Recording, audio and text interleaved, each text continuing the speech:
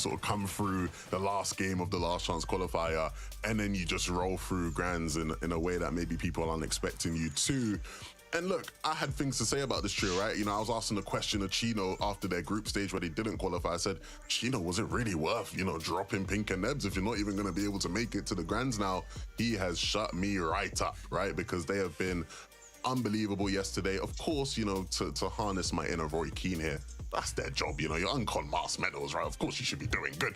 But Fredoxy being second place in damage dealt so far in the lobby, right? Great individual performances from this team that I think is going to go a long way. And I think this is, talent-wise, a team that definitely deserves to be in the Global Championship. So hopefully they can keep it up.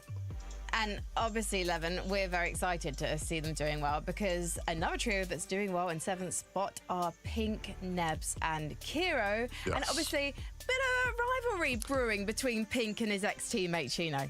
Absolutely, right? You know, I think a lot of people probably think I'm a bit biased to Pink and Nebs because 1, they're British, and 2, I'm mates with them. And I absolutely am biased. However, I do like a good story. And so seeing Chino's trio doing incredibly well is great. I think it you know, continues to bolster this rivalry between these two teams who I think are both teams that, again, you'd expect to make it to global championships, right? When you look at the talent amongst EU. But seeing them both potentially do it here in this major, I think is so fun. Kiro has stepped into this team. I love that interview you did with Pink, Frankie, and he sort of made the comparison to Kiro being like Anas back in the day, which I think is the highest compliment you can make, because back in the day, the way people talked about Anas as a player was like, Anas doesn't make mistakes, and the fact that he sees that in Kiro, I think says a lot. Many. This is a team who I'm pushing to the end. I hope they can do it, because it's going to be hard when you're that bubble team. Yeah, and there's a lot of pressure on them coming into the end games as well. I mean, yesterday they had a really good time. They had a few sort of top threes, and there was a couple of moments where they went down in the mid game. So that's really where they're thriving right now. Not necessarily consistently getting top 10s, but they are making the most of the end games when they do get there. So will they do the same today? If zones are a little bit more south, we'll have to wait and see. But that's where teammates like Kiro are so valuable in those end game situations. Given that Pink's trio are currently sat in 7th, and just a little explainer for everyone watching at home, we are looking at the top 7 in particular for spots for global championships, because currently Pink, Malabuka and Wox, Vico, Venom and Flixi, they have already booked their spots based on their Major 1 results. So being inside the top 7 is where all of our trios really do want to be. Do we think that Pink's trio are capable of holding on or even moving further up in the standings, Levin? Oh, absolutely. Absolutely, I think they're capable of holding on. But look at the competition around them, right? Seti, Hari, Kami, right behind them. iJob's trio, right behind them. iJob's trio, I thought, was fantastic in a lot of the games yesterday. So they've got tough competition, but I certainly think they're good enough. Well, we are about to find out if they can do it and what all of our trios are made of, because we are ready for game number 7 with the best Taco and Takata.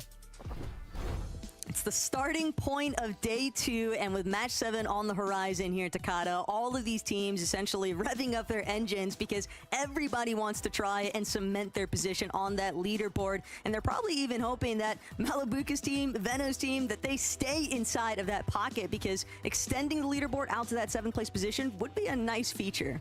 Yeah, 100%. And I mean, what I love most about day 2 is the prep work that goes into it. But we don't have to wait long to get into it, because game 7 is ready to go.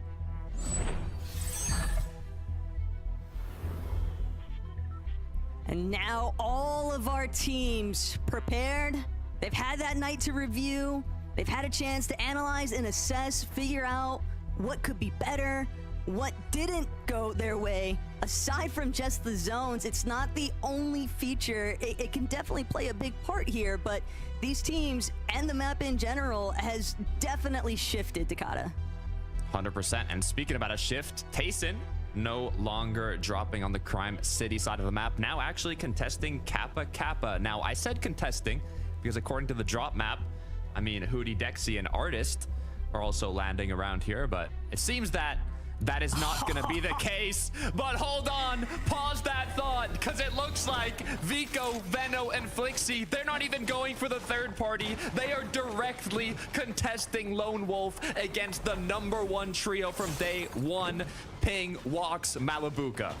The elephant in the room all along was, are they going to actually challenge Malabuka's point disparity? And Vico, Veno, Flixi, they certainly seem like they've been preparing for this contest at Lone Wolf Lair. Vico still rumbling around upstairs. Malabuka under some heavy pressure. Veno wants to drop, but he's gonna sit tight, wait it out, throw another pulse scanner, just keeping steady tabs on exactly where Malabuka's team is moving. They're trying to close in. Flixie needs some help. Flixie's falling incredibly low. Ping as well. Half his shield's ticked off, but it's Flixie who's under heavy fire. Watt's gonna be the first to fall, though. This is massive. Veno has finally opened the door, and now Ping trying to see if he can get some fight back. Veno caught off guard, though. Has to watch his back.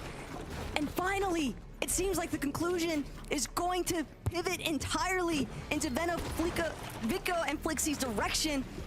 But Vico still taking a moment here. They want to ensure that they close this one out. They cannot make any mistakes. Medmist is going to be popped for Malabuka and Ping. They have to make a decision now. What is the play? Do they try and escape? Do they fight this? This is going to shake things up. Vico, Veno, Flixie knew it was going to be impossible to beat them in terms of consistency when they were switching drop after every match. And now after knocking Malabuka, moving it to a 3 versus 1, this is the only way for them to win this tournament, to get first place once again and continue the dream of going 4 for 4 this year, winning every single major, winning the global championships. Both of these trios have already qualified, but it's more than just qualifying, Taco. It's about winning. It's always going to be about winning, and for Ping, this doesn't look like a winning position. He's just trying to hide out for as long as possible, but Veno knows best. They can't afford any survivors. This is the time and place to close things out, because if Ping manages to escape somehow, some way, they're going to just have to revisit this whole scenario and trying to control Malabuka's point leads. But Vico, Veno, Flixie closing in. The scanner has already marked it. Ping first to be on the move, and he's scrambling, but just getting hunted down from so many different directions. It's hard for him to even keep tabs on what comes next, and Vico finds the second elimination to open things up here in Game 7. This is what we were kind of anticipating, but to actually see it happen in real time, Takada, absurd. Now, this is what I'm talking about, Taco. This is what you want to see. We saw it over at NA, Peterbot Clicks. They went head-to-head when they were battling for the first place spot. Veno, Vico, Flixie, they said, you know what? We want to win. It doesn't matter. We already qualified globals. We don't want to settle for a second place. We want to settle for that first place, and this was their only option. Now the question is, we still have 6 total matches to be played out today. Will the trend continue? Will it go back and forth? But for now in Game 1, Vico, Veno, Flixie come out on top. Twy, Noms, and Awahalo, though. Nice little pickup of their drop spot as we switch on over to more of the southwest side of the map here. And Moneymaker, they have a player completely shut out from the map, feeling confident to just fully chase all the way towards that southwest corner. They're just biding their time. They know if it comes down to a battle of attrition, 3 versus 1 is always going to be the most favorable outcome. And they want this elimination onto Ricky. Just trying to gather as much surge damage as possible. We saw so many teams, Moneymaker's team obviously being very open about the zones, having to maintain surge damage. It's always going to be difficult. So the sooner you get the start on it, the better. I'm trying to see. I didn't quite see where the zone's pulling. I'm seeing if we got another north zone to start it off, or if it's, gonna get shaken up. Just assume it's the north. Gotta call Zeke, be like, yo, Zeke, you gotta stop this, man. We gotta get more south zones. Just kidding. As Blaha, Mixon, and Comeback. This is a trio that they always make it into these major finals, and they do a pretty good job. I mean, last season, they got 14th, but I say a good job in the sense as, they'll make it to the upper half of that leaderboard, but we haven't seen them in, that top 5, top 7 in qualifying range for the global championship. So hopefully this time around, they have a better shot at it. They are starting off in a rough spot, but you got a whole day to recuperate it. You had a whole day to VOD review, just like iDrop, Sky, and Scroll that had an incredible start to yesterday, but then it started going downhill as time went on. So if they have another incredible start today, it could put them back up. They are outside of qualifying range currently, so they got to push themselves into that top 7, currently in 9th. So they're not too far, but the job's not done. This is still the calm before the storm, though, because I dropped Sky and Scroll, one of the few teams that we did see consistently keying to establish their Surge strategy. They weren't content with trying to play out these Bloom battles. They wanted to get up close and personal directly into the action.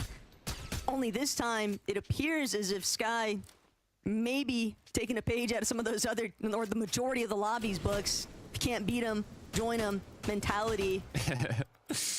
And can't beat him, join him. It's certainly a method, and when everyone else is doing it, you kind of have to play your own part here. Chaptini Skavi. A little bit of pressure off their back with Tayson, you know, no longer dropping around this side of the map. But at the same time, you can see it as a con if they're unable to find enough damage. The thing is, with the amount of trios that are kind of around this western part of the map, they should have no problems at all finding those tags. It's kind of one of those clusters we spoke about where a lot of trios tend to kind of base themselves around and, you know, get damage for Storm Surge. So no many Yesterday issues, was not just many issues yet. Incredibly rough, though, for this team. And again, they weren't the only team that encountered their fair share of struggles, but Chap distinctly, someone that so many teams have just constantly been placing in such high regard that you know that he's a crazy fragger, but in this kind of competitive landscape, Takada, we're seeing things like, you know, Prime Shark, for example, in a Surge base, Noah Riley in a Surge base. And so these teams, when they're not necessarily able to utilize the full benefit of some of that fighting power that they're capable of, teams like Vanya, Marius, and Pixie are then able to just kind of stake their way more consistently in that top end of the leaderboard. I mean, it's the meta, right? You want to minimize those risks. Queasy Beno, we're talking about how Kemi, Seti Hari are the ones that always kind of are the first to act on the new season's meta, how to play it out. They were the ones, you know, stacking up on heals, going for those tags, and not taking those fights up close. Now, you know, it has its pros and cons, but the least amount of risks that you're able to put yourself into is obviously going to benefit you the most in a 12-game competition where consistency is key. You saw kind of the stats on Malabuka Ping and Walks and how the percent of damage from whether they were using ARs or shotguns, you know, led heavily to ARs this season. But, you know, hopefully we see some more fights. I want to see some more close quarters combat. We'll see if it actually happens, though. Still super impressed with the performance that Frodoxy, Pablo, and Chino were able to put on yesterday. The fact that they're currently sitting in that third place position heading into today, despite so many of those zones pulling so far away from where they're landing, just indicates that they've definitely figured out very steady levels for how to rotate. And game one yesterday was really the only match that didn't go their way. Every other match, they were able to find themselves in top 10 position.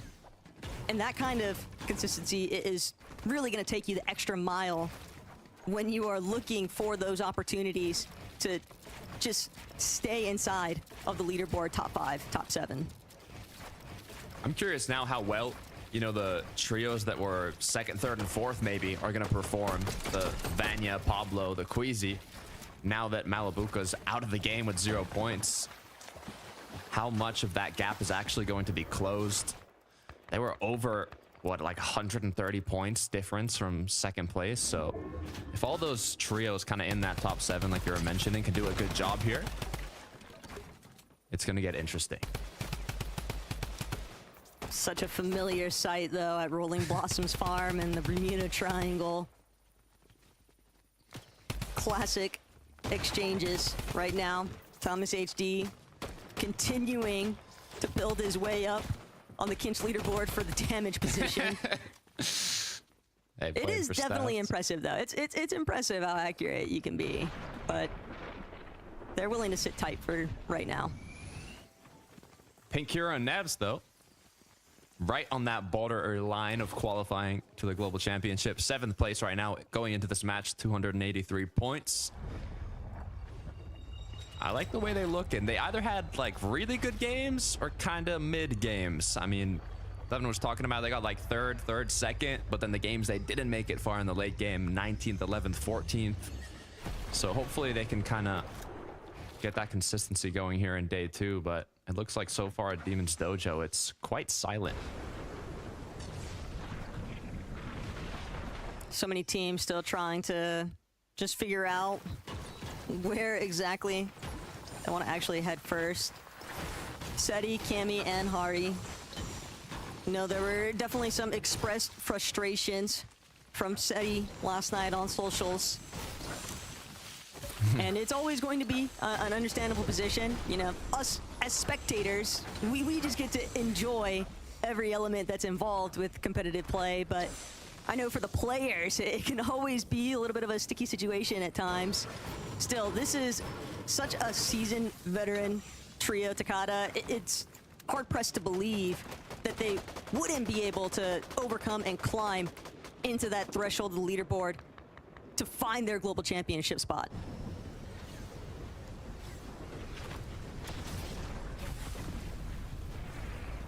Gyros, Franek, and Dinos. This is a trio that lands quite south on the map, but despite that, you know, they're still in 10th place. So people are talking about, hey, you know, so many north zones, what are we gonna do? I mean, this is almost as south as you can get. Landing, you know, kind of close to Shogun's, not exactly, but they've done a good job. And, you know, once again, a northeast zone, literally opposite side of the map for this trio. But hey, they made it here once again. We'll see how it's affected them in terms of surge and how much damage they were able to pick up having to rotate so far. But I mean, they still have a good amount of mats. But Vico, I don't see... wait. I think he took the Port of Hardy, right? I might have read the name wrong, but yeah, okay. Volko, Kiduo, and Cringe might have gotten a little fight against Vico Benoflixi, but I think they're good. They seem to have escaped. No eliminations on the board, so... scared me for a moment there. I guess one thing is, you know, Malibuca, Ping, and Walks are very familiar with Lone Wolf. Vico has landed there before in the Divisional Cups, but it wasn't the whole season, right? It was like they were trying out these different spots, so, you know, they have kind of a bit of a plan, and I'm sure they studied an incredible amount last night to have another plan going into today, but they haven't practiced it as much as Malibuca's trio, so we'll see how it plays out. But I mean, it's Vico, Venoflixi, Taco. They are going to be more than ready enough to get a solid match out of this. But they still might not have been expecting to get so caught in such early congestion surrounding Magic Mosses. Veno trying to just kind of find a path around the side of it all, but they could also be looking for more eliminations. Even with Malibuca having been eliminated by Veno's team at the start of this match, they're still going to need a big boon of points if they want to play catch up, or if they want to do it at a super fast rate, because you never know. That element of surprise is gone now. Malibuca is fully on high alert. They're aware that they're going to be conned most likely at Lone Wolf. But I mean, if you're talking about big games, Vico Benoflixi literally had the highest elim match yesterday. The game they won, they had 18 eliminations. It brought them, what, I think they were 14th into like 3rd, something crazy like that. So if they do it one, you know, time again now, especially that Malibuca got taken off spawn, this could be a huge chance to kind of bring themselves closer to that first place spot. Savage, Reason, and Vidil, tough zone for them as well, having to rotate from the bottom left to the top right of the map. But hey, they picked up 3 eliminations. I saw they eliminated Strapped in the early game, so that is the trio that's kind of landing south of them now, which means they should be pretty set up here to continue on forwards. Vidil just clearly paranoid about that pre-existing surge base in the distance, not trying to lose any more HP than necessary on this next rotate. But this is a team, everybody wants to see them make it, Takada. Is it a global championship without Savage coming back on the last dance and making his way in? Reason, Vidil, you know that they want that as well. And it's never going to be easy, but got a lot of catch up to do. Teams like Fradoxy, Pablo, and Chino, they're just trying to lock in some of the success that they had yesterday. That would be sick, though, seeing Savage after the whole retirement. Now qualifying to Globals. They got a ways to go, but hey, you can dream. For Doxy, in an incredible spot going into today, 3rd place. Still uncontested, even after the drop spot changes from yesterday. So, you know, this is a kind of great opportunity for them with how Vico Veno and Flixie decided to drop. Oh, looking like a decent knock there for Queasy's team. Merstash actually gonna be the first one to confirm it, but Veno, Flixie, Vico still at Magic Mosses. It appears as though they really wanted to gather whatever resources they could from inside of the vault. But now they may have overstayed their welcome as other teams in the area surrounding them, trying to catch them off guard. Noms in a completely separate engagement, but for Strokey's actually going to be on the receiving end of things. Focus backing up his teammates heavy, and he'll find two in Twy and Noms. But the damage has been done. Focus still a solo here. Avahalo Focus in the ultimate stare down. Only Focus has the HP advantage. Another Siphon just to guarantee that he can keep it. And Avahalo trying to slow things down, but they can only wait for so long. 2-tick zone, he's got to get a move on out of here. Lost two, found two. Magic Mosses. This is the place you want to be if you're in Storm. But at the same time, now that you lost two of your teammates, look, on the bright side, at least they picked up like 6 eliminations. So even if this doesn't go their way, you know, still a decent amount of points. Vanya, Marius, and Pixie. We saw them win a couple games yesterday. The only trio that won 2 matches. They're more comfortable enough converting these kind of good placements into wins. So depending on how this zone pulls and how they set themselves up, wouldn't be surprised if we see another one come out from them today. They've got enough of a high point from this hill phase. They can just look back, spray, control teams, prevent teams from interfering with where they're heading. Vico, Flixie, Veno. They were looking for a fight though, coming out of Mosses, and they found it in POTOS' team. Just back-to-back elims on Vico. Does not miss. It makes total sense why so many people consider Vico to be one of the best fighters on this region currently. They can put themselves in those situations that are normally incredibly risky to take fights in, but with their fragging power, with their confidence, the majority of the time they are going to come out on top. And you got to take those risks when you're behind, according to compared to first place by quite a significant amount. You need that big game, but they're setting themselves up for that. 6 eliminations before even getting to the end game. We'll see where the zone pulls. But Swizzy, Queasy, and Merstash potentially in a good position if they go edge here and pull it, but a little bit of back and forths. Merstash has been getting active though, and it's not the only one. For a neck, absolutely deleted though. Queasy's team just trying to make sure that they can even posture up for the height takes later on. We know that that's ultimately what they're after, and especially with the zone pulling north side, pulling into elevation, Takata. Veno's team kind of trailing a little bit behind everybody else, but they were approaching from that dead side. Not so sure it's gonna stay that way, but for the time being, another trio like Thomas's, they're just willing to try and take over what they can. Yeah, I mean, here they're literally just building out into the edge of zone, because if it does pull back towards them, pull back to this snowy mountain, they will be in prime position with this elevation, so they're kind of banking on that happening. And it's also a great position to get those tags. Now, if it goes far, they'll still have a decent rotate. That's the good part about being elevated, but hopefully, you know, it'll pull towards them. But so far, those teams that are on the water, the kind of staggered ones, Awahalo was a solo, obviously. It's just kind of getting picked on by the rest of the lobby. It's a vicious cycle, but unfortunately for some of these teams, if you just get caught one step too far behind, it's always going to be difficult to actually work your way up that elevation. Teeny reminded that Thomas is above currently, but Veno, Vico, Flixie, Marius's team, just a couple opponents that are located slightly below where Uppel, Thomas, and Panzer currently sit. And Thomas trying to do what he can, but this team is clearly feeling pressured to try and get some surge. Queasy wanted to heal, but Queasy's not going to get that opportunity. That is a huge blow from Thomas's team. They want to try and get the finish, but Swizzy, Merstash just holding their cones, refusing to let Queasy go down just yet. Still, they find a separate elimination entirely elsewhere, but Queasy surviving through all of that is crazy. This is a huge zone pull for them too. They can literally go on top of those builds from Queasy, knowing he's been eliminated. Oh, he got taken Get out. a free height. Swizzy's gone down. This is perfect for Thomas HD, but terrible for Merstash now that he's left as a solo. Storm Surge taking him, both teammates gone. He needs to basically get an elimination here with all odds against him.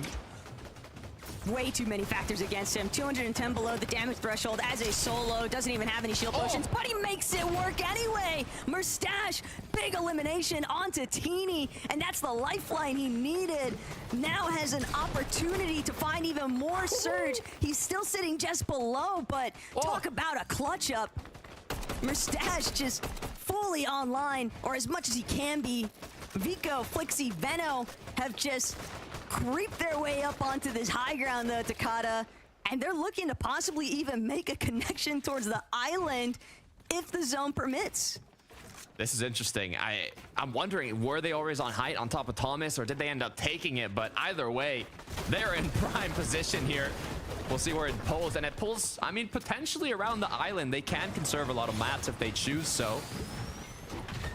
But Merstash, on the other hand, he's going to pop that chug. He's going to do what he can to tank a bit of Storm Surge, but he should find some options here on the rotate to do damage.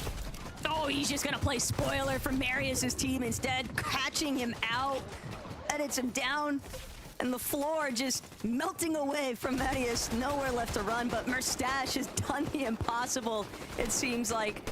Now sitting only 4 above. He's still got quite a ways to go, and he's got to deal with the huge threat building in the low ground, all of this congestion. But Venya, Pixie, as a duo, it's going to be all that much more difficult to actually control the front side of low. They're trying to keep tabs on some of the build-up taking place behind them, but they want to move forward, and Akira could pay the price here. Pink, Nebs also in a duo position. Takata, everybody just losing their teammates along the way.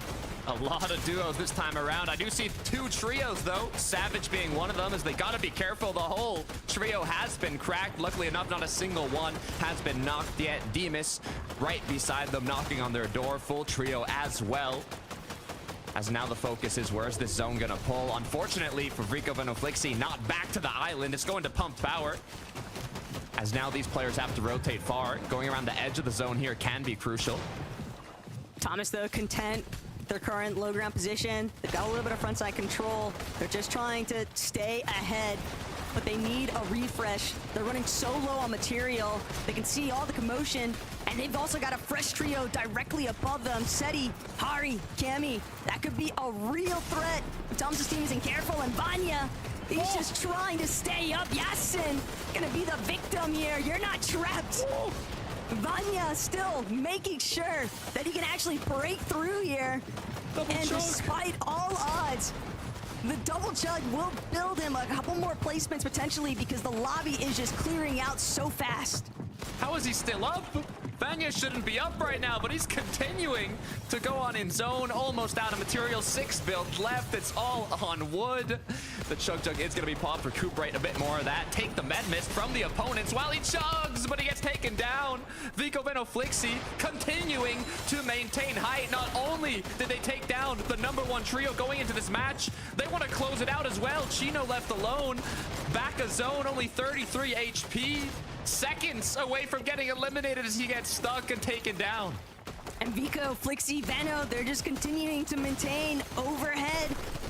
They might not have any more healing resources left on Vico, but it won't matter. All the heavy lifting is being done underneath them. They are just spraying these lower tiers. Tayson, Atrish, Chicho, they might have something to say, though. This team is looking incredibly healthy despite being on the low ground. The zone is potentially pulling in their favor, and they've got a firm grasp of this front side. They've cut everybody else off, and they are just looking back, preventing teams from breaking through. Akira's gonna be forced to play the defensive walls here. Atris just tarping forward, trying to keep tabs on what's taking place above them, though. They gotta be really careful here. They've got Kurama on their side point, and they're just gonna jump right in, but Atris gets the exchange. Tayson will fall. But Vico, Flixie, Veno, they're the ones who seem to be commandeering height still. Oh, they're getting fraggy with it now. They only had 8 eliminations a second ago. We look back again, they're in double digits. It's perfect for them having 2 trios on low. They battled out. It turned into 2 duos now with the advantage. Vico drops down. Bam, slam right onto his opponent. Hibris gets knocked. Chicho falls right after. And they close out the match with I don't even know how many eliminations, Taco.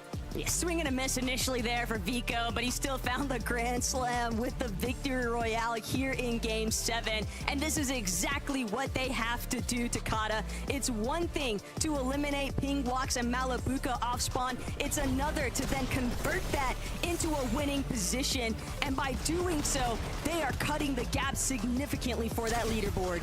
This is exactly what we want to see from a top team in the EU FNCS Major Finals. They take out the competition in first place. They win the first match of day 2. What an incredible way to start it off, but we have to see how that's shaking up the leaderboard. Frankie Levin Mini, you got to take it away. I mean, I can't think of a better way to start day 2 of the Major 2 finals, boys, because that was incredible from Vico, Veno, and Flixie. They had our jaw on the floor in the first zone, and then they wrapped things up so beautifully in the endgame, Levin. I mean, what a statement. The ultimate statement you can make here to start day 2 of the major finals. If you were gonna land on the first place team and say, we want that smoke, we want it all day long, you better come and win that game. That's what you better do. What? I mean, honestly speaking, Mini, I wasn't expecting this, right? I wasn't expecting them to land directly on Malabuka at all. And then for them to actually go out and really just put them through it. Like, Malabuka's team looked stressed in that off sport. Well, the thing is, Vico and Flixie have had a history of landing here this season. They've landed here in a couple of events. So although I'm very, very shocked, we almost shouldn't be in a way because they have had experience of this drop spot. It's not like they've never landed here before. But the way that they rolled through Malabuka's team, who have been landing here in pretty much every single tournament this season, it looked like they were the team that were landing on the on their new drop spot. So, I mean, the way that they did this is unreal. And I like the way that they went about the final elimination as well, just using that scanner to find out ping right there. And just... that set them up perfectly. The way they played this endgame as well, playing for that island up on height, it was just absolute perfection. And it wasn't like the overall game went perfectly for them. They still had to do a little bit of work in mid-game, but wow, that was amazing. I mean, I feel like I'm watching the Veno Vico Flixie that we all thought was gonna just dominate Major 1, right? You know, the weeks leading into Major 1 finals when they felt unbeatable, unstoppable, those are the vibes they gave me in this game, the way they cleared things out. We know what Veno and Flixie can do, but Vico in this game to close things out was just magnificent. The best fragger in EU is the title he's held for quite a while now. And there's been some different people sort of trying to take him on, right? Different people coming into the fray saying, hey, look, I might be the best fragger. It might not be you, Vico. He's trying to shut up all those people today. I mean, the closing moments, just to have that confidence, hitting the shots needed. I mean, this team is something else. Again, I said yesterday, if they can pull off what they're trying to pull off this weekend, it's going to be one of the greatest performances we've seen in an EU major final. The way this is going is a different turn I weren't expecting, but it's still going on that trajectory if they can continue this form. And this isn't just a victory royale for Vico, Veno, and Flixie. The way that they won this has major implications on the leaderboard and on our #1 trio, Malabuka, Ping, and Wox. We'll be talking more about that after this break.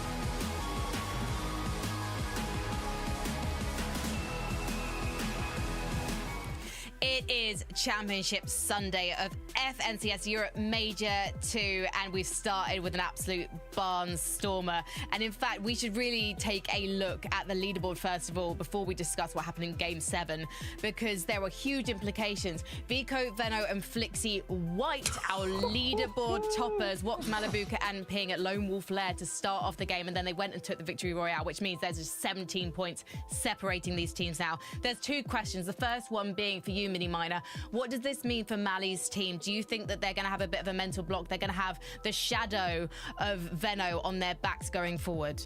Yeah, I mean, they have to, right? That has to give them a bit of a wobble. They've now just sat in lobby for 25 minutes, having to think through what they need to do next. That's definitely thrown a spanner in the works to them. The big question is now what's going to happen next game, I think, as well. You know, are Vico, Ven, and Flixie actually going to go ahead and do that? Are they going to play those mind games? I don't know. I don't know what I would do in this situation, but they seem to have it on lock. This is the beauty of Fortnite, right? Because after yesterday, everyone was going 100-point gap after day one. Is crazy, right? And just like that, it's all changed, right? Yeah. 17 points, nothing now going on for the next 5 games. So close. I don't know what they're going to do. I mean, do you just keep going there because it worked so well in that game? I feel like we just can't predict what Veno, Vico, Flixie will do because they've just been so unpredictable all weekend long, including that game. Whatever they do, I know they've cooked up something. That's the reality of it. We can trust that whatever they choose to do will be effective. Well, we've got 5 more courses to taste as the day continues, but let's talk about Banyak, Pixie, and Marius. Vanya in particular was making hero plays to try and clutch them inside the top 10. I think he managed 12 in that last game, but it's still a blistering start for these guys, Levin.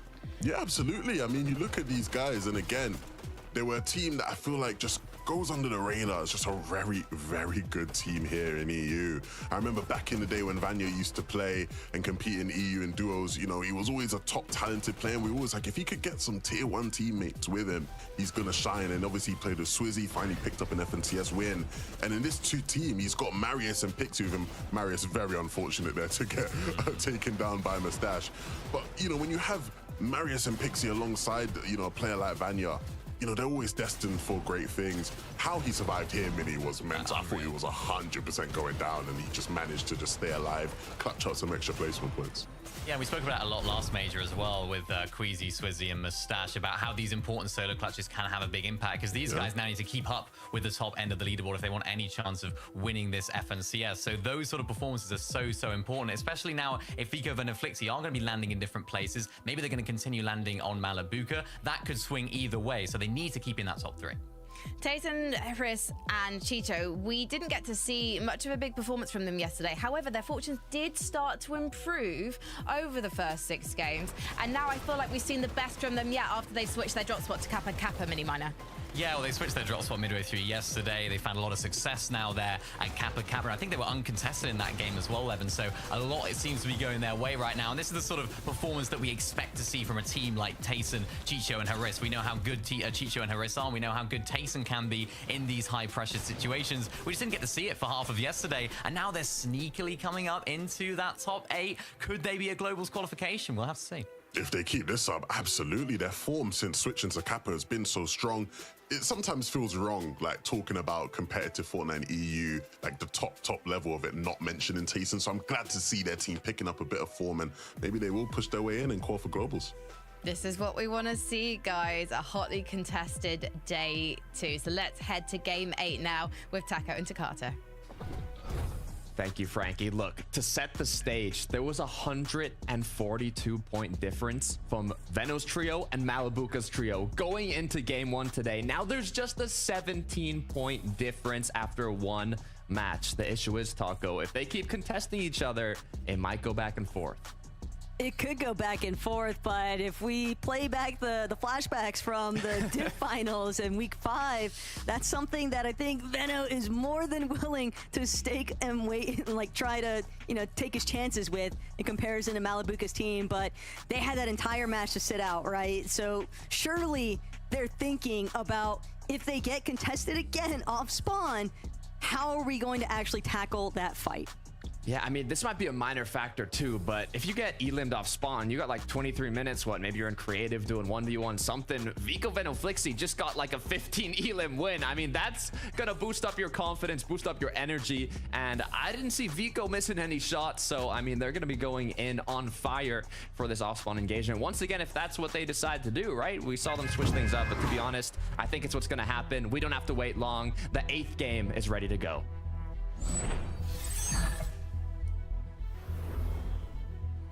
It's just gotta be one of those stomach drop sensations, though, if you are Malabuka, Ping, and Wox, because everybody is such a fierce competitor, right? But when you are just watching the team that wiped you, knowing that this is probably the only team in this lobby that can truly threaten your current claim for that first place position on the leaderboard, and then you see them win, not just clear you out of your spot, but win the game. It is such a huge statement from Veno's team, and we're gonna have a repeat circumstance here at Takata. Veno, Flixi, Vico, they are here again at Lone Wolf. They are not letting up, and Malabuka, Wox, and Ping, they're gonna have to formulate some kind of a response because they can't afford to watch these guys play out a fresh match without them. Looking at drops, Flixi lands first. Vico Veno, they've claimed the high ground position here at Lone Wolf. They have that positional advantage. Will they be able to take this fight fast enough? Will they get enough shields? There's so many factors to these early game engagements. But ultimately, if you put in the work, if you put in the prep, if you hit your shots, it looks like both trios right now are going to be quite even on shield. It's all up to who can make the better play. Oh no. Oh no, that was almost disastrous for Vico, but Malabuka just gonna get the shots off in time. So Vico's going to survive. Malabuka now dropping. Wanted to challenge some of these lower floors. Wox, but it's Ping knocked yet again. Malabuka's team taking the first casualty here. And Wox, Malabuka, they've got to go on a recovery tour now. Vico, total control of the high ground. Even if Malabuka and Wox try to escape the mansion, they're gonna have to deal with Vico. But Flixi, him having been eliminated now means that this is a clean 2 versus 2. Wox trying to deal with Vico and Veno at the same time. Probably way too much pressure. So he'll try to create a little bit of space. Vico and Veno still hunting though. But Wox, he just wants to play the quiet game. I wonder if any of the trios kind of, you know, north of Lone Wolf or in the surrounding areas are going to think, is this a good time to, you know, like maybe third party these trios? Is it a option? How long are these fights going to take? It's all about looking at the elimination feed, seeing how it plays out. But if you looked right now, you know that both teams have lost a player.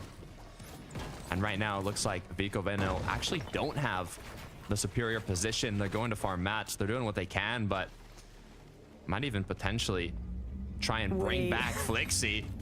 Even if they do so, will they get beamed out the sky? It's kind of forcing them to drop down and be on even ground here, as they were trying to do whatever possible to stop this, but I think they're gonna get it. Veno's holding. They don't have the materials to jump in and challenge it, even with Flixi getting knocked. He's fully covered. That's why Vico was tarping out in the first place. He tunneled out a safety net for when Flixi landed. Obviously, they want to go for the double revive, but Malabuka Wox, they can't afford to waste any more time. They're trying to close in. It's still a 2 versus 2 scenario. Veno nearly getting the better end of Malabuka there, but Vico down to his final build. Vico's just going for the immediate battle, and he wins it out. Wox cannot stop him. Malabuka also about to join his teammate. Another clear wipe. Veno and Flixi are just waiting. Flixi watching his teammates essentially clutch this one up. Malabuka, though, finally shutting down Vico. I would not believe it had we not just seen it, Takata, but Vico doesn't actually win. I thought this was all said and done. Veno now has to ensure that he takes out Malabuka. They need to play for the reboots. And Malabuka, he doesn't have an opportunity just yet to use these shield potions. But he's trying to dodge around, even taking the launch pad. He's got a little bit of help indirectly, and Veno could fall here, but he's still chasing Malabuka. These guys refusing to budge. but they spent entirely too long. It is catastrophe now for both of our leading teams. No. Not even a single trio comes out winning in this situation. The fight took too long. The players in the surrounding area, like I was mentioning, they saw on the Elim feed that these teams were going back and forth. It wasn't a quick wipe. It's the perfect third-party opportunity. It wasn't just one trio. It was two different trios that realized this. What a tragic fall for both Veno and Malabuka's trio. Scroll, eye drop, and Sky now gonna try and fight the other third-partying trio. Grippe trying to do what he can to stay up, but Scroll going right into the box. He's got that gold rush effect, phasing his way in, but no knocks connecting yet. As the longer these trios take, the more risky the situation is gonna get. This might have just bailed out Malabuka entirely, though. Didn't actually see him getting cleaned up in the same fashion as Veno there towards the end, so he might have even scurried off elsewhere. Might be able to play for a reboot later on. Definitely worst case scenario for Veno, but high risk, high reward is definitely seeming to be the name of the game as far as those two teams are concerned. Eye drop, Scroll, and Sky, though, they need to just establish surge the same way that they've been doing. They loved fighting all throughout yesterday. That was how they primarily established their surge, and seems to maintain their intention here. There's a few things to think about. One, Malabuka's still up, so there's potential for a reboot later on. The other is that first and second place, so Malabuka and Veno, are, you know, only a difference of 17 points, but second and third is a difference of 64 points. So if Malabuka goes down here, that's a huge opportunity from second or third, sorry, to seventh, eighth, even just the top 10 in general, to close that gap between first and second. And these are two trios that can make it happen. Close call there for Glubshy. Nearly found himself eating a tag that was going to be a big problem. Fortunately, it didn't go through. I like this, though, from Sky. Just maintaining the high ground position. Also making sure to look out, see whether or not teams are trying to join the mix-up that's taking place here at Lone Wolf. But Sky, Scroll, eye drop, they might have gotten the damage that they were after. Whether or not they continue to re-engage is a separate conversation, but Malabuka is still lingering the bottom end of Lone Wolf Lair, and it's probably going to be very difficult for him to actually work his way out of this POI, since he knows that there is a team controlling the high ground. You just get so much view from where Sky and Scroll were last seen that Malabuka doesn't have any other options but to just hide. Hope that these teams are able to clear out, and then they can try to make a play. Yeah, it's a matter of time here. You know, do they wait for the Lone Wolf to go in zone, go there, even go into zone to find something? While that plays out, though, we'll look over at Fredoxy, Chino, and Pablo. Double chugs, hopeful height battle. Dexy, Artist, and Huddy. This is the trio that I believe originally was going to contest Tayson today. But it looks like they're up against Fred, and it's not quite going their way as Artist gets knocked. Now with 3v2. Some of these teams just getting so disoriented in the mix-ups. But Pablo finds a clean shot onto Dexy. Just another elimination. So many elims, even for Fredoxy's team, already at 6. They are clearly trying to avoid having to deal with any sort of surge woes later on. Surely this is enough damage to carry them through their mid-game rotates. Surely, right? Surely. Seeing what Malabuka decided to do, it seems like, yeah, Lone Wolf still has 2 trios there, so he's like, you know what? I'm out of here. I'll find another reboot. Oh, no. But, I mean, there are some trios close by. I'm wondering if he even has all the cards, if he's going to go for the gold route. A lot of options, but the issue is, you know, in this meta, the odds of having trios inside of the Storm is significantly higher. I mean, even comparing it to last season, there was a 68% increase with the amount of time spent in the Storm. So you really do have to be careful when you're rotating through here. You're never safe, but we'll see if Malabuka can make something happen. Definitely not going to be an easy endeavor. A couple other teams, though. Kyoto just stuck. Nowhere left to run. Misha's team finding that elimination leads me to believe that something has gone horribly wrong for Pink and Nebs, considering that they weren't with him. Sure enough, leaderboard top right going to reveal it. Pink, Nebs, Kiro are currently 5th place team, having been freshly eliminated. Now means that other teams can try to leapfrog their way into that position instead. Queasy, Swizzy, and Mustache, though, they're just focused on their own methods of success. Good news is they still have Seaport on con. You know, they don't have a Vico Venoflixi camp in their vault this time around, so a little less pressure in that sense. Can play more what they have been used to playing throughout the season. And hey, looks like Malabuka got, you know, step 1 of 5 complete, right? He brought his teammates back into the match, but now not only do they have to recuperate their shield, their mats, their loot, they're probably gonna have to get a bit of damage. Malabuka already had those eliminations, but even so, having to rotate from Outlaw. You know, the job's not finished.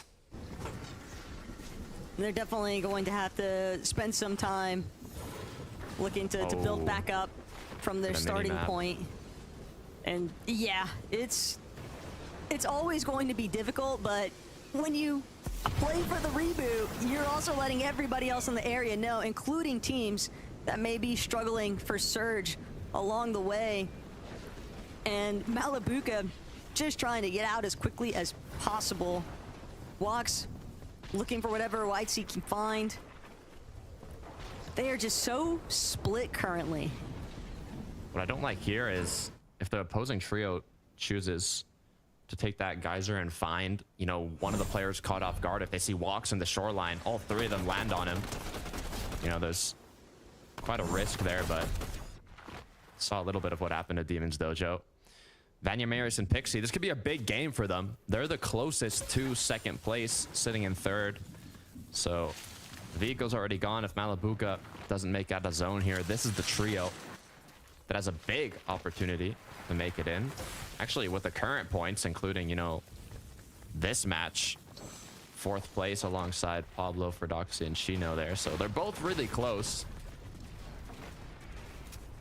They're not looking to have a repeat of what went down, though, in Major 1. They want to be the ones in control of the leaderboard, Takata. It's definitely about the Global's position, but winning and becoming the Blade of Champions holder yourself is an entirely separate feeling, and that's one that this team is certainly chasing after with all their might. Looks like Akira, X, and Kararma are going to be at the opposing end here. Just kind of taking shots back and forth. I don't think we'll see a fight come out from this. Okay, I only see Malabuka, which is slightly concerning, but his teammates are up. It's just Twice Trio's making it quite difficult for them to get back in. But, you know, on the other hand, it's given them a bit of damage, which they do need. So to be fair, it's not the worst thing that could happen. This is just not looking good, though. To be honest, like... You're at Canyon's Crossing, and the zone is pulling towards the northern side, where the elevation is at. Even if they make it in, they still have to deal with all the struggles that are involved with scaling up elevation, dealing with their material counts. Veno's strategy has just set them so far back that even the initial survival, if you want to consider that a win, isn't actually proving to be all that much in their favor, because they are just about to hit the range of placement points, and there's not that many, and they're going to need way more. You want to look at consistent top 5 placements. Yeah, I mean, I'll basically call that a draw, right? We had 1-0 for Vico Venoflixi and now a 1 for the draw. They both kind of didn't win in this situation. Now, hey, if Malabuka's able to come back, get a decently, you know, solid game, even just make it the end game, that actually won't be too bad at all. At least they can continue to kind of increase that gap, but we'll see. For the trios inside a zone, Kami said Haru didn't have that challenge in the early game. They're positioned up quite well to kind of pick off these teams rotating on in. We'll see where this next zone does end up pulling, but I mean, so far pretty chill. They can take a few extra ticks of storm if needed. We're also hanging around that edge line of Seaport, so teams that are having to deal with maybe rotating over the water with Seti and Cammy's position, they've got that leverage of holding down the bridge. Thomas on the island with that mythic drum gun. That's harder than it looks. Like, those tags, when they're running around building that far away in a major finals lobby with the amount of players that are up, you know, those aren't easy shots, but I mean, it's Thomas HD. Malabuka walks, though. This is what they need. They need to find a surprise. They need to find a refresh. Malabuka hits the initial shot. Duts get a knock. He doesn't even go down. This could be it, Taco. This could be huge for Malabuka, but first, they've got to close it out for next team, though. Completely sabotage from where we're currently looking. And Dinas will be fully wiped. Just camping the launch pad. A bit diabolical by Malabuka, but desperate times call for desperate measures, and you have to respect the strategy here. They had to do something to come up with a little bit of a win after what took place in the early. You said diabolical. That's the perfect play. I mean, if you're thinking of odds of where trios are going to end up, a launch pad in a location like this for common rotations is the perfect spot. And not only did not a single player get knocked, they were able to get multiple finishes. I mean, this is exactly what we wanted to see from Malabuka's trio. They are somehow managing to slowly but surely turn this game around. I drop Sky and Scroll, on the other hand, still below. Just trying to make sure that Fnaim, Moneymaker, Faded don't actually try to focus in on where they're currently seated. A little bit lower down. They're gonna work their way into this next edge of zone, though. Costing them a lot of mats, though. They're probably hoping for better tags, but Hydra from out of nowhere, completely out of left field even, just gets knocked. Zara, Zangi, and Peterbor have closed into their current position. Double revive will be enough to get Hydra back into the action, but they're still 5 below. Time is ticking, and the clock is working against them. Scroll trying to make up for the lost minutes. They want a little bit more damage, but they've got to spend time instead healing. And Sky gonna pay the ultimate price here. He wanted to see if he could get that little bit of extra surge for his teammates, but instead, a 1 versus 3, just too aggressive. And he'll be punished for it.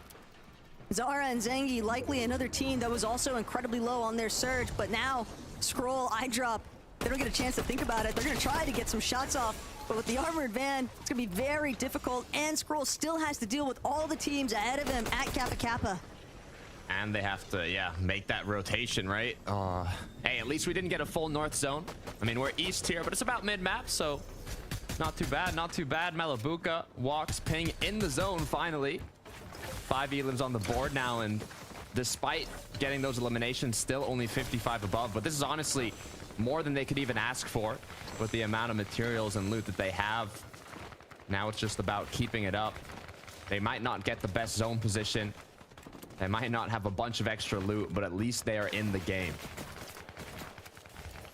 Might have to use that Memmis grenade sooner rather than later, though. But Walks trying to hold on to it, trying to see if he can punish Peterbor's team. We saw them spend a couple of moments tangling with eye drops because they needed that surge damage. But Walks now gonna nestle Malabuka's team at just 124 above. They still need to find some form of an elimination refresh. They want the elims, and they are punishing these teams that were just slower to the rotate than themselves. Great elimination, though. That's definitely going to build up a little bit of a buffer zone here. Juicy, Andy, and Finchek, though, look like they want to try and get involved. And consider that they're further ahead than Malabuka's team. They might be able to actually punish them once Malabuka's team leaves this boxed up position. Yeah, they have a lot of builds in front of them, so, you know, normally if you want to try and go on congested side, sometimes it's not possible. They're gonna have to follow through the builds that were already placed and do what they can to make it in, despite there being a lot of trios there already. But for Merstash, Queasy and Swizzy, they are quite low, kind of under the bridge almost, but at least they're safe here. Depending on how this next zone pulls, it might actually work to their advantage, because then they could just look to layer swap and play on top of the bridge compared to where other teams might get stuck on the other side of the waterway. Still, so many teams starting to really pile up here. Opal, Panzer, and Thomas making the most of this hill face, though. They want to get a move on. A little bit short on that bad rotate, but it gets the job done. Thomas and Panzer, Opal. They've got a little bit of damage above the threshold, but they definitely need some more. Malabuk has been knocked though. Walks has been fully eliminated. Both players down. As Ping is left as a solo now with all the pressure on him. 91 above. I mean, they were able to get a bit of eliminations, a slight amount of placement. But I mean, they've still got good materials. Well, Ping still got good materials. The only issue is with multiple trios focusing you, you got to either get close to another trio and, you know, make them get shots taken on them as well, or just hope you get people to stop shooting at you. But he's so obviously a solo. They are going to keep shooting at this man. They do not want to let an individual survive these circumstances. Does spot a little bit of loot though. That might be slight saving grace. Swizzy, Queasy, and Merstash though have seemingly postured up above the bridge now. They took their opportunity to get that overhead space, and this is very familiar territory for them, considering that they land at Seaport City, Shining Span right next door, committing a lot of materials here, making sure that they can just have a huge metal lining to peek out from. This is going to be an impressive rotate if he pulls this one off. I mean, he's got to swim. There's a lot of trios in front of him. If he can catch a player off guard, could be a massive refresh, but he's not able to connect the crucial shots. And Thomas HD with the drum gun is going to be able to take him out. But Thomas was so split from where Panzer and Uppel are at that Uppel doesn't have the same luck as Thomas. He has been knocked very soon to be eliminated if a team can't get the job done. But Thomas, he's not going to be able to jump forward any further. This water zone is just so vicious. So many teams having to commit so much material. They just don't have the time to think about where they're headed next. They're just trying to get into the safety of the zone itself. Panzer might be able to build up a couple of placements here. For the players on the edge here, it's the perfect opportunity to just kind of rain down from above on all the solos, trios that are trying to make their way in. And it's going to be Cami, Seti, and Hari who successfully have taken that high ground. This is prime positioning for them. It wouldn't even matter to them if it pulled back. It would be honestly perfect with the builds already placed and how difficult they would make it for the trios down below. There's only 9 trios left in this match. Devastating zone. Queasy's team, though, is still kind of hovering that secondary height position for Doxy, Pablo, Chino. They'll tank a little bit of storm damage if it means getting into more optimal position. Pixie and Vanya, though, make that just Pixie because Vanya has been knocked. Pixie now watching in horror. Can't do anything for his teammates. He might not even be able to save himself once he's quick. The reaction times, but Jewel, Sangil, Tidy, they've got the advantage. And Pixie, he'll be forced to just play inside the storm, hope that this Chug Jug can get him a couple of additional placement spots. But it is a steep rotation, and as a solo, somebody is bound to notice him. He could look for a big pump shot, but it would take a lot of guts for him to pull it off, and Height has already noticed. But he sees the knock body. He wants to go for the 1v1, but he won't get that opportunity. Comeback falling directly next to him. Everybody getting cleared up. Said we messed up. The zone didn't go north this game, so we got to make every single moving zone just keep going more north. For Doxy, Chino, Pablo, they're able to knock down one.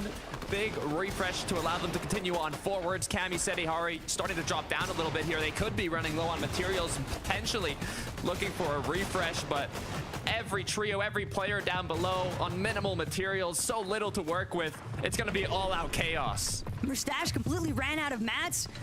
Hari, Cammy, Seti, they might have height control, but the zone, it's pulling back up the hill face slightly, and Queasy's team, they committed to the low. Queasy's team now stuck, and they're gonna be collected victims of where this RNG is working against them. But Fredoxy, Chino, Pablo, they might have something to say.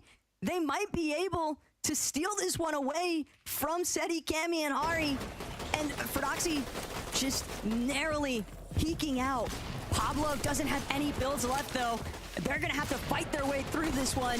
Darm, Pix, completely cut off from each other, and that's gonna be another elimination added on for Pablo, Chino, and Fredoxy. They are making it work. Despite not having any mats to build with Takada, they are still clearing out this low front side. And Pablo, Fredoxy, Chino, they know we've just got to stay as close to each other as possible. There aren't that many players remaining. They can deal with Pix and Demas. It could be the difference maker here. Pix will be collected, but Chino, having been eliminated, now makes it all the easier for Seti, Kami. They could maybe make something big happen here, but Pablo, he is scrambling. Just so much pressure coming in from above. Cammy, Hari, Seti, they know that there is only 2 players standing in the way of them in this next Victory Royale, and they are hunting Fredoxy and Pablo down. The advantages are just so steeply in their favor. They've got the high ground. Fredoxy and Pablo surely completely out of materials, just clinging on to whatever HP they have left. But Seti, he'll be the first to fall. He's gonna play Disruptor. Cammy, Hari, now going for the backup, but Fredoxy, he might have done enough, but no! Cammy falls, and Hari's not gonna be able to do it! Pablo is gonna be the one to seal the deal here! Fredoxy's team had zero business winning this one out, and yet Pablo making sure the job gets done. How do they let that happen? How do they let that happen, Taco? The 2v3, not only that, you said they gotta be running low on materials. Cammy, Seti, Hari, we're also running low, forced to drop down, and somehow, Fredoxy, Pablo, they got the job done. They take home the win. What a way to close out this match. Going into the game in 4th place, 1st and 2nd, getting knocked out. This is exactly what they needed to push themselves into that possibility of taking home this tournament. It's just Fredoxy at the end there. He just had the singular tag he needed, the damage that he had to apply in that closing moment to make it so that Pablo could fully find that last elimination. But it's always tough when you get tangled up in those kinds of positions for both teams. Kudos, though, to Fredoxy's for holding on. Oh, they did not miss a shot. Fred dropped down low, took out Seti. Pablo gets the back-to-back from Cammy onto Hari. What a way to finish it off. I mean, I'm lost for words, but I know 3 people that have got plenty, so let's head on over to the desk. No, you don't understand. I don't have plenty after watching that. I don't know how you boys are faring, but oh my gosh, my jaw was on the floor as it has been multiple times this weekend. I didn't think it could get any lower, but I think I've got a bruise 11-2K because that end game was wild. I still don't know how that happened. I'll be so... There's no reason why Cammy, Seti, and Hari should be losing that 3v2. I mean, come on, look, Fredoxy, Pablo, this game was so crucial for them, right? Because the 2 top dogs at the top of the leaderboard went down. The 2 top dogs left room open for that 3rd place team in Chino, Pablo, and Fredoxy to come through. And what a better game to do it, right? They had to win this game to put themselves into contention. And I think this would actually put them into 1st place on that leaderboard. But how do they win that 3v2, Mini? It's ridiculous. Absolutely insane. I think it was Seti that dropped down a little bit Prince Shorley there. Just didn't really work out for those guys. He got chopped down. Was it chopped? Yeah, that's what happened. But for these guys, I mean, Pablo Wingu there at the end has to be said. He was hitting some huge shots onto the trio on height. And just the way that these guys play these end games, we spoke about it. Is this now the time where we should start considering this team as a potential FNCS champion here in Chapter 16-2? Absolutely unreal here. But they deserve it if they are going to do it because they've been so consistent all weekend. I mean, I just would have never thought we'd be going into game 9 of the FNCS finals here in EU with Pablo, Chino, and Fridoxy as the team in first place. There's still plenty of Fortnite to be played, but this team might just win Denmark's first FNCS. I don't want to speak too prematurely, but that's on the cards now. They're in contention after this game. I feel like maybe we need to be sending Vico, Veno, and Flixie down to Moss Meadows. Just go back, boys, please. Honestly. Yeah. Let's just keep the drama coming. I've got my cup of tea. I'm ready for it, boys. We're going to take a short break, and when we come back, we're going to discuss Game 2.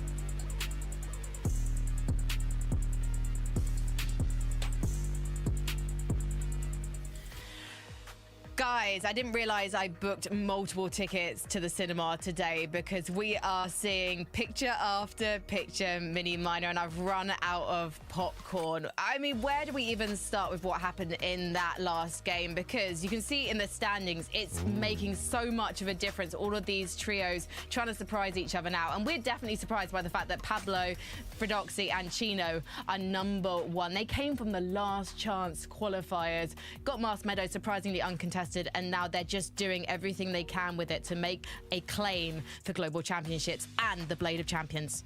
This is interesting. You know, 6 points ahead of Malabuka's team now. If Malabuka's team do go down to Vico, Flixie, if they do end up landing there, what will Vico, Ven, and Flixie do? It looks like Chino, Pablo, Wingo, and Fridoxy just being so consistent right now. So maybe we end up seeing the off-spawn fight that we were expecting at the beginning of the weekend. But for a lot of our teams there, lots of moving up in the standings. I honestly, this is getting too crazy. This is a four-horse race right now because Vanya's trio, you have to remember, they're, you know, in the 400-point range. They are behind, but they have an opportunity there because the two teams ahead of them at any given point, like we saw last game, can just go down and get very minimal points, right? And so then it becomes a race between them and Pablo's trio, right? Look at that. If we have another game like that where Malabuka and Vico go down, it's gonna get tough. I mean, that game for Malabuka is a bit bittersweet, right? Because they're able to get out of the off-spawn situation after all the third parties came in. Narrowly, though. Very narrowly. I think Veno's trio very much should have won that. They had so many opportunities to just clean them up. But Malabuka kept on fighting, and he reboots his team. He gets them back in the game. But from there, I mean, it's just too scuffed. They can't get a foothold on the game, and so they get very minimal points out of it. Yeah, it's not ideal, but, you know, they did better than Vico, Venoflixi, and for them, when they're getting landed on by them, that's all they need to do. They just need to keep bettering them, and that's what they're doing right now. So, yeah, for those guys, not an ideal game, but they need to start being a little bit more convincing off spawn. I think winning these fights a little bit quicker to not allow those third parties to come on through and to clean up. It feels like we were talking a lot about Malabuka's team's consistency yesterday, the fact that the lowest they placed was an 8th. But now my eye is on Marius, Pixie and Vanya Levin, because they seem to have these clutch plays where they manage to just get themselves the highest placement point possible even when things are going wrong. Absolutely, and that's what you need. That's what you need in an FNCS winning run, right? Vanya knows that very well. When he won his last year with Swizzy, he had 2 amazing clutches that were able to sort of help secure them the win. And that's what you're going to need today if you're going to be able to catch up with some of the people ahead of them. And they have that ability, right? I think that's never been a question when you have Marius, Vanya, and Pixie on the same team. But that consistency to keep playing in these end games when some of their top competitors might not be, right? And that's really the problem here. I would like to see more of these end games where it is all 3 of them as a trio, right? We talk about that. They're making it there, but it's a bit too scuffed at times. Maybe 1 or 2 of them still up. Yeah, and I think they might be in the perfect position almost to sort of take home this FNCS, because they're almost the team that nobody's really concerned about, right? They're the quiet team just outside of that big top 3. So if Vico, Venoflixi keep contesting Malabuka, then maybe they go and contest Fred Oxy's team. If these guys can keep being consistent, keep picking up those placements, they could find themselves with it all to play for in game number 12. Do you see this as a team that might take risks the same way that the likes of Vico, Veno and Flixi would mini minor? Do you think they're going to change anything significantly just to try and eke themselves up into that #1 spot? I don't think so. I don't think it's going to happen for these guys. I think they're going to stick to what they know because it's been working out. And as I mentioned, they're landing, you know, sort of towards the north side of where Vico, Ven and Flixi now are landing there at Lone Wolf Lair. So they're going to be enjoying that third-party potential and hopefully for them getting more surge. So I don't think they're going to really switch too much up because you have to remember they're in the global spots as well. So it's not like, you know, they're all out going for an FNCS win. They also want to qualify for global, so the risk might not be worth it. Vanya's tasted victory before. I wonder how hungry he is for it right now. We're going to head to game number 9, though, because the battle bus is ready with Taco and Takata. But imagine incredibly hungry. I mean, everybody wants to be the Blade of Champions wielder, and that is exactly what's at stake here for so many of our teams, especially within that top 4, Takata. Things are getting incredibly narrow. When the points are this tight-knit, anything could happen. It's insane. I mean, NA had an insane finish on day 1. EU, the script writer, said we gotta match the hype here on day 2. Absolute change, and we don't have to wait long for game 9. So let's get into it. Veno's trio has certainly been the catalyst for so much of the mayhem that's unfolded in day 2 of our Major 2 finals, Takata, but other teams are certainly taking notice. Lone Wolf Lair, if that off-spawn doesn't get cleaned up very rapidly, the third-party exchanges are only going to continue to build up because teams always want to take advantages when presented with them. Yeah, I mean, that's why they gotta finish that fight so quickly, but it's difficult to do. I mean, it's 2 of the best trios in the region, and here we go once again. I'm gonna call it a 101 draw on the most recent match. Veno, Vico, Flixi took the first one, and once again, Veno, Vico, Flixi get the drop on the top of the building. I believe Vico had a shotgun last match, and I didn't see a lot of Malabuka's trio with them, so we'll see how loot goes this time around. Third time's the charm, though, for Veno, Vico, and Flixi. Malabuka just lurking outside the doorways. Vico and Flixi just clearing out the floors, but it's a close-in. Walks completely caught off guard. Whoa. Vico immediately jumping into the box with his teammates, and that is 1 pick already exchanged. Vico, Flixi, Veno, they're just going to continue tearing through now as a trio. There's no reason to separate. Flixi and Veno have taken different directions, though. They're gonna reunite him. Ping immediately, the moment he exposes himself, just gets eliminated for it. 2 already in favor of Vico. He is out on a rampage after what went down in game 2, but that is the time to elimination. You are after other teams. If they were thinking about Lone Wolf Lair, you're gonna have to reorient where you want to go, because that's already said and done. It's gonna be tough to actually break into where Veno, Vico, and Flixie are at. Perfectly executed engagement there. That's how you got to do it. Now we'll see if they can get another huge game. I mean, the game that they were able to finish off Spawn that quickly in the first match, they won the whole game. So if they can repeat that, it's going to put them back into first place. For Savage, Reason, and Vidil, on the other hand, Reason has been eliminated, now leaving them as a duo, but they do know there's a whole trio down on the southern side of the split there, so we'll see how that plays out. But Vanya, Pixie, Marius doing what they've been doing on Contested at Flooded. And they've definitely had a pretty successful day 2 so far, but obviously they're not going to be satisfied with their current position. Again, all of these teams are shooting to actually be the champions of this season. It's not just that global championship bus ticket that you're solidifying, but the prize pool differences are also going to come into play. And for many of these teams, it's just the pride element too. It's insane to think too. Doxy, Pablo, and Chino qualified through the last chance qualifier. Only 3 trios make it through that final opportunity, and now they're in first place of the major finals, from last chance qualifier to potentially getting the first major FNCS win for Denmark. I mean, this is an insane storyline that we have building up. We are on game 9 of 12. We've seen how much can change in just a single match, but they are en route for something legendary. But they might be suffering from success if they're not careful. Have to remember, if Veno, Vico, and Flixie are able to replicate their game 7 success, find that Victory Royale, I would not be the least bit surprised to see them contest Mass Meadows and shut down Doxy's team.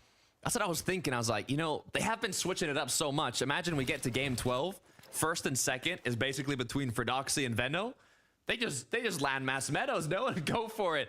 Bring on a show. Hey, I don't want to get ahead of myself. We'll see what does end up happening, but that could be insane. For Swizzy, Queasy, and Maristache, looks like they are just kind of doing their standard Seaport base here on this hill that they always tend to go to and take shots where they can.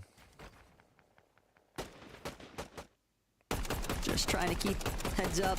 Advantages over Thomas's team with the surge bases. Chino, Pablo, and Doxy south of Mass Meadows, but on the move. Always get a little bit scared driving when you're the one that's stuck in the back of the armored van.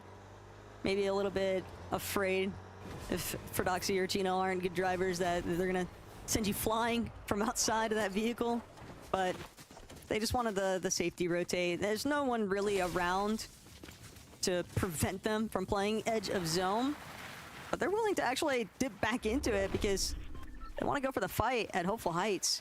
And Doxy creeping up, fully aware of the fact that there's still a team nearby, and it's going to be Cheatons. They don't want to allow them to exit Hopeful Heights, at least not without playing a part and looking for some knocks or elims, trying to build up that surge. Yeah, that was a fight here in the last match. And I believe, you know, they're just trying to find kind of that sneaky 3-2-1 or anything really to catch them off guard. And this could be it. Trexer is the one in the danger zone, and finally, Doxy's team gonna light him up. Trexer immediately knocked. Robin can't even reconsider whether or not he wants to try and help out his teammate. He is just fully on the run. Cheatin' completely separated from the rest of his team. Also, Doxy just chasing him out. HP advantage distinctly in Doxy's favor, and so much quicker. And Cheatin' just nowhere left to run. Completely edge of the map now. It just feels inevitable for Prodoxy's team to claim this final elimination out of the trio. I mean, at this point, if I'm cheating, I'm using all my metal. I'm throwing all my heals. I'm saying, I'm giving you the least amount of things I can give you, because it's going to be very difficult to come out on top. But, you know, this is huge for Prodoxy, Chino, and Pablo. Not only did they take first in the last match, but now they're looking like they're set up for a solid game here. It's only the early game, but this is how you want to start it off. But when Prodoxy's team has been repeat challenging Hopeful Heights, that's bound to cause for some adjustments for Cheatin's trio later on. We'll see what Game 10 potentially has in store for them. Scroll, I drop Sky, though. They're not willing to try and get their surge like everybody else in the base strategy. They are just, one more time, looking for the box fights outright. Whiffy Wharf. And this is nice for Scroll, iDrop, and Sky, because right now there's no third-party involvement, and that's exactly how you want to keep it when you are challenging these other teams directly. Okay. A little bit of explosives being put on top of Rickbor. Rickbor, Zara, and Zangi they've been having some difficult moments in these matches. I feel like they're always getting aggressed on, having to play defensive. And this time around, being iDrop, Sky, and Scroll, they don't really want to give them a break. It's just the end result of Scroll, iDrop, and Sky, and landing at Shiny Shafts, Uncon. So they're going to have to make up for that surge damage eventually. Prodoxy, Chino, and Pablo, once they started to depart, though, from Hopeful Heights, countered Dexy. And Dexy just trying to get out. Chino, the huge chunk of his HP, finds the final tag. That's going to be a knock. Just running him down entirely. Gotta be wary, though. Prodoxy falling incredibly low, but the backup of his teammates, it's all said and done. Another fight going cleanly the way of Prodoxy's team. They are making a statement with each of their lobbies today, Takada.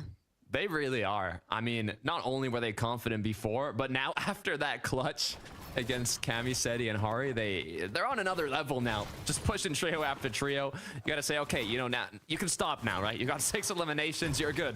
Go with the rotate, get your mats capped. Like, the job's done for now.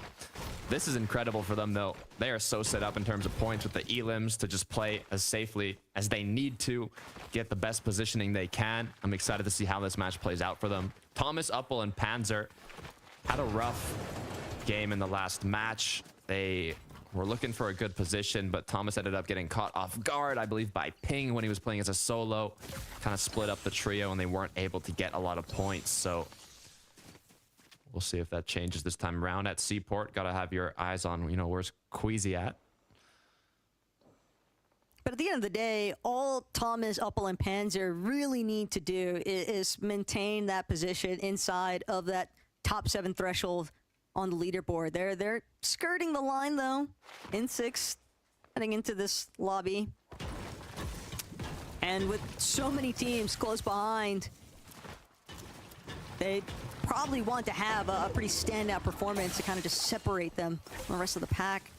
Mustache and Swizzy, they're going to have to take a detour all the way back into Storm. Hope that they don't attract too much attention for it. Losing Queasy, a pretty big blow to their rotational strategies, and they've been forced out of Seaport entirely. Yeah, I mean, you can see the amount of trios kind of around Seaport at this point. Normally, Queasy's taking advantage of these trios. You know, he's shooting them now on their base as they're rotating through, even letting them pass in some examples and continuing to take those shots. But after getting eliminated, that's going to, you know, damage a big part of the whole Surge strat. So I'm curious to see how they're going to hold up in terms of damage later on into this match now, with this being the case. Well, they made it over to Shining Span, so Queasy will be brought back into the action. But yeah, with so many teams inside of Seaport itself, these guys are certainly in for a bit of a doozy. Launchpad will help them out just a little bit, but one positive I think to keep in mind is it's usually Swizzy and Mustache who are on surge damage duties, so they might not have lost as much as what they could have possibly lost in terms of having to play for Queasy's reboot. It is still annoying, though, when you lose that prime positional advantage. Twy punishing Savage and Vidil. They were looking for a fringe play themselves, trying to get Reason back into the match, and Twy's team, they had to pounce on the opportunity. They've been playing a huge catch-up game for the entire weekend. Now, Demas, Pix, and Darm have only made it into the top 10 once. And when they did, you know, get 9 eliminations. They had a good game, but they really are having difficulties. Actually, I'm mistaken. They made it to the top 10 a few times. And when they do, they perform well. They've gotten 4th, 3rd. But a lot of games, they're also getting eliminated around 20th. So they're kind of just lacking that, you know, consistency of constantly making top 10s, but it's balanced out enough to put them in 10th going into this match. Issue is, you got to be top 7 if you want to qualify to the Global Championship. So they're going to have to do a little better for these last few matches. And I know in Major 1, these guys were given that, you know, shock the world conclusion because of their 5th place performance with their first time finals appearance as a team. But even if this Major doesn't pan out how they would obviously be hoping for, it's really just the tip of the iceberg. Those guys still have such a high skill ceiling that they can keep trying to push towards. I mean, the coach like Sven behind them, wouldn't be surprised to see them reach that threshold at a pretty rapid rate.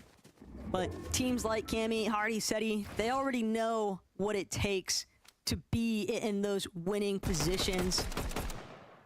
And it's going to come a relatively difficult way for them because every other team has the same strategy in mind. We are looking for our surge bases. There's a lot of them around this side of the map. It's one of those clusters. I mean, we talked about it, minimizing risk, but at the same time, it would be nice to see a little bit more close quarters combat. This is good, though, for Vanya, Marius, and Pixie. They can keep themselves safe, looking for damage when they, you know, see the openings, and even beyond the uncongested side if Zone continues pulling up north. Rico Venoflixie's still at the same spot they dropped at.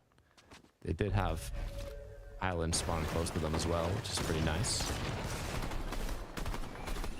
They didn't really have a reason to leave Lone Wolf considering how the zone pool, but Queasy, Murstache, Swizzy possibly in a spot of trouble here, dealing with Trulex and Noah Riley. Health advantage in their favor, though. Trulex not wanting to get stuck between Swizzy, but rocking a hard place.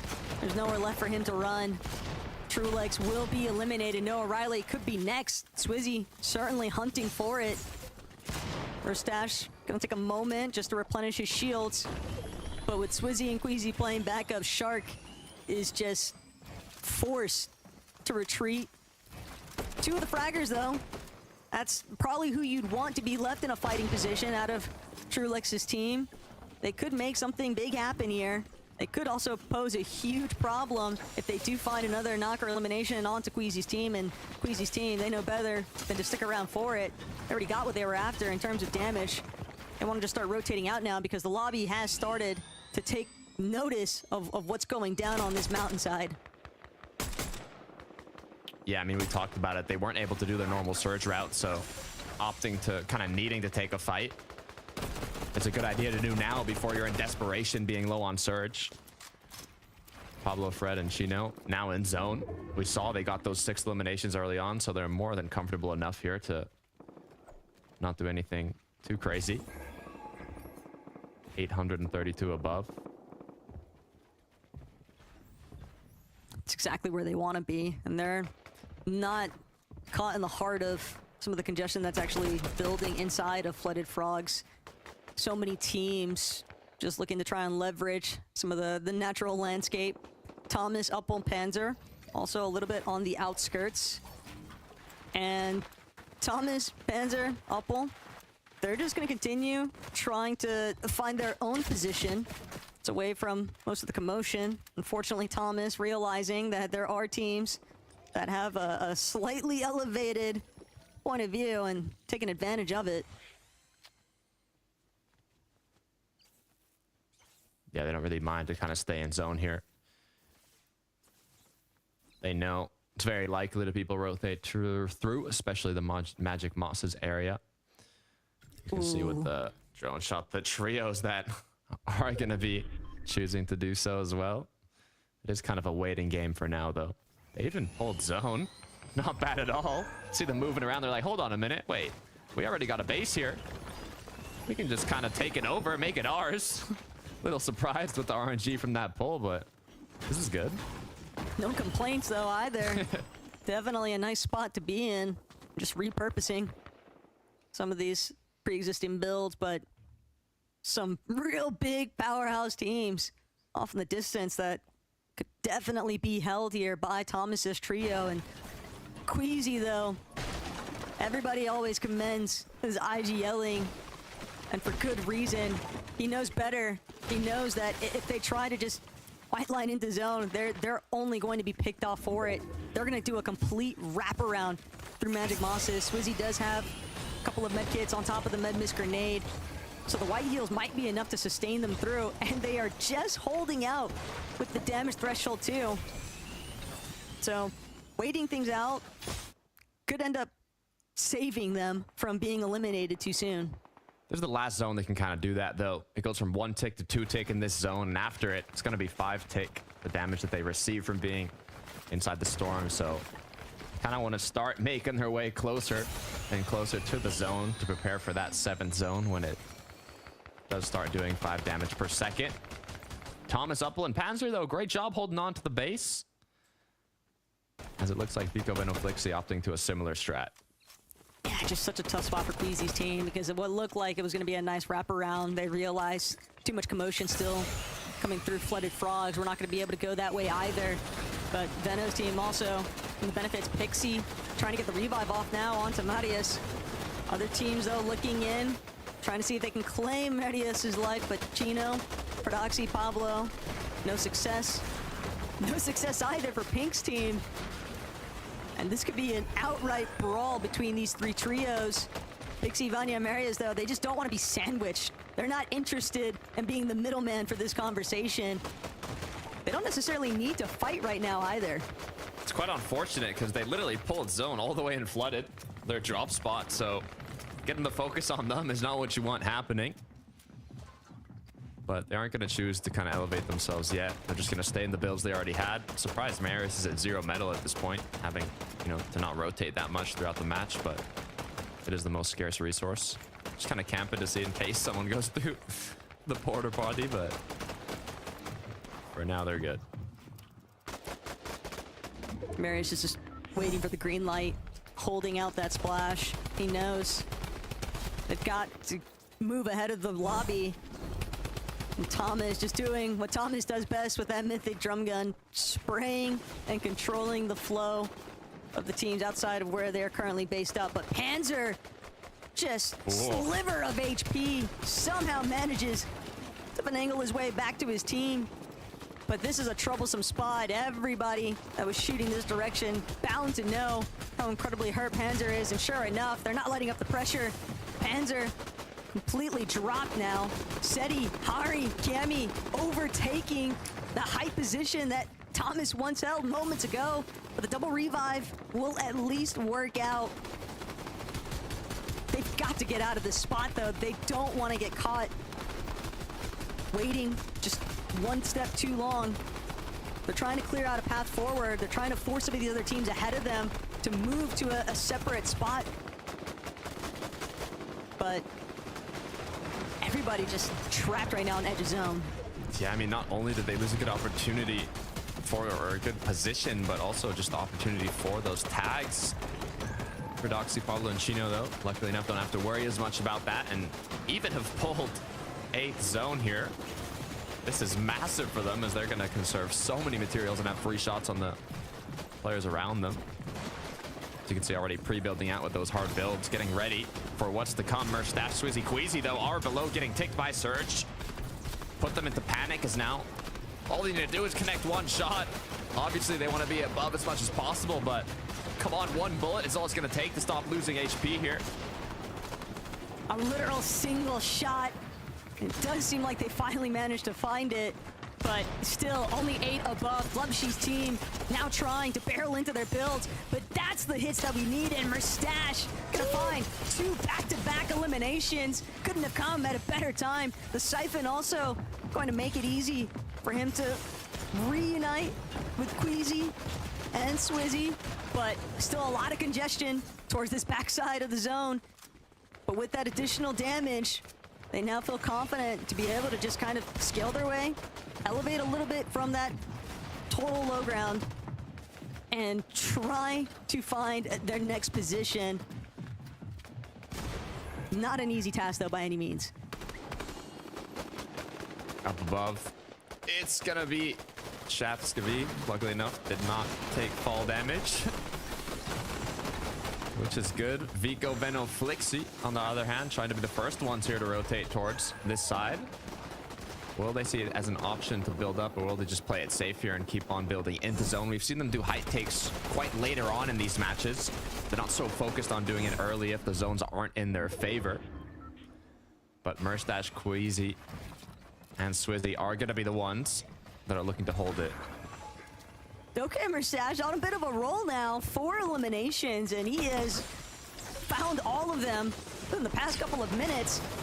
Trying to get to this front side, and it's going to cost Queasy everything. So he gets knocked along the way.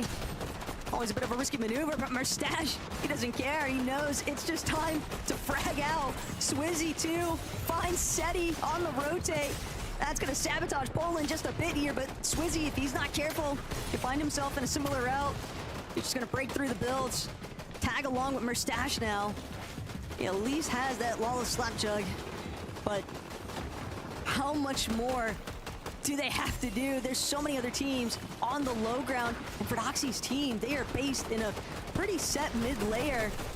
Looking down at the front side low, Chicho and Tayson, they might have to deal with Doxy's team shortly. Vanya, Marius, Pixie with the zone pull were able to claim height. Vico, Veno, Flixi down below, trying to see if they can claim low for now. A lot of full trios that are up and ready to go. Cringe Volko on the side, doing what they can to get into zone. Right now, just anything possible to stay up. This is home field, though, for Vico, Flixi, and Veno. This is where they found success in Major 1 finals. So for it to be running back now, Vico, Flixi, Veno, they are just trailing through this front side low. Chino on the other end of the wall. Chino will manage to escape, but Vico, he is looking for the Elans wherever he can find them. Uphold just trying to remain concealed. Out of sight, out of mind type mentality. Gonna try and even utilize a team's madness grenade, but doesn't even make it in. Gets eaten alive. Marius, Pixie, Vanya, though, this is a nice spot to be. They've got the high ground control, but they are low on mats. They're just trying to spray and prevent any teams from challenging the height takeover. But they need to be careful. They don't want to overexpose themselves. And with these wood builds, teams are going to be looking to chop them out. Chops are coming through. They're doing a good job maintaining. The issue is, you got the #1 trio for Doxy, Pablo, Chino. All 3 players are still up. They are playing this perfectly in terms of securing as much placement as possible. They have not even had to look for a single refresh for a majority of this endgame, but now's the time. They're starting to run through. Their aggression's onto them. Pink knocking on the door. Is going to get knocked down. Nebs falls shortly after. Pablo, Chino for Doxy now continuing to build on towards zone. From teammates to enemies, Pablo, Chino for Doxy. Then they get that wipe onto Pink as a tough blow. But Veno, he's still a part of the conversation. He already found a victory royale in the day in match 7, and you can tell that he's after it yet again. Pablo just trying to maintain a little bit of composure in that mid ground, but Veno, Flixi, Vico, they are just steadily so tightly knit. And for Doxy, could be in a world of trouble here, but Veno, he's just trying to break through. Darm, Demas, Pix, they are still a trio, but for how much longer? Because Vico, Flixi, Veno, they chopped them down. And that's going to be the first elimination onto Darm. Flixi having been return fire, though. This is a big casualty, though, for Doxy's team. Mayday situation, and they are out of the running here. with 7 eliminations. There's a reason he's leading the pack in the lobby, but I might have spoken too soon. Marius shuts him down. This is perfect for Vanya, Pixie, and Marius. They had all the trios down below face off against each other. Now giving them that player advantage. 2 trios left. 6 players. All they need to do is close this off, but Pixie has been knocked down. Chug Chug in hand, 6 splashes. Med mist. Is it going to be enough to win the heal off? That's going to be the only intention here, but Vanya is getting completely chased out. Atris hot on his heels. Atris knows if I don't find this final shot, that's going to leave it down to Tayson to try and see if he can battle it out for the heal off. But Vanya, he's managed to find a plethora of whites, another Menmis grenade, another Chug Jug even. Sure, they're just remnants, but it could be the difference maker here. Tayson now on the move. Tayson doesn't have any whites remaining. He's just trying to find Vanya. He breaks into the box, but Tayson can't get the final shot. Vanya manages to hold on here, and that was nearly disastrous for Vanya's team, but a huge moment that they were able to capitalize on. So close to a tragic ending. Tayson connected his shot, but it was just, what, 10, 15 damage away from taking out Vanya, and he was able to close it out. It was basically a 1 versus 3. He managed to escape while all 3 of Tayson's players, you know, were still up and going. He managed to start the heal off. He closed the gap when Tayson pushed in, and they ended up securing that win. This is going to shake up the leaderboard. It's just crazy to think, though, that Vanya nearly missed out on securing the win here, but respect to Tayson. You've got to put some respect on Tayson's name for trying to run him down at the end there. Still, a lot that took place here in Game 9. So, Frankie, what have you got for us? Well, I've got the feeling that Tayson remembered that this is a major final, and so he was like, oh yeah, I'm always in those. I need to show up. And a fantastic second place for his trio, onwards and upwards for those guys. However, it's more of the same from Marius, Pixie, and Vanya Miniminer. A 3rd victory royale. I'm not going to question Vanya's hunger ever again. Yeah, wow. I mean, we talked about it going into that game, how important it is now for them to step up to the plate and really just keep applying that pressure onto that sort of top 2 that are battling it out right now. And they've just done that with aplomb right there. Really great work from those guys. What I liked about that end game, as we saw in individual moments in those highlights, was every single teammate, every single player in that trio had an impact. We saw Pixie going absolutely crazy there at the backside of zone, getting elimination using the new mobility, or the new movement, I should say. We saw, of course, Marius jumping into the box of Vico there at the end to eliminate him, and then of course Vanya right at the end, just surviving on 5 HP. Every single person played their part, and that's what that trio is so good at. Once again, Miniminer just summing it up perfectly, right? I mean, you look at... No, genuinely though, but it's spot on. They have been so relentlessly good at all having a big impact, right? And I think that's one of the things when this team first formed. I think when you looked at, you have 3 big names, 3 talented players. It's like, how do they gel together as a team? They've done that excellently, but games like this where they do show the individual impact each of them can have, it is part of why they are a team, again, that has to be considered in that formula, right? When I was talking before the game, I said, look, it's a 4-horse race. These guys are in it with another good game, and straight away, they come through and win the next game. So you love to see it.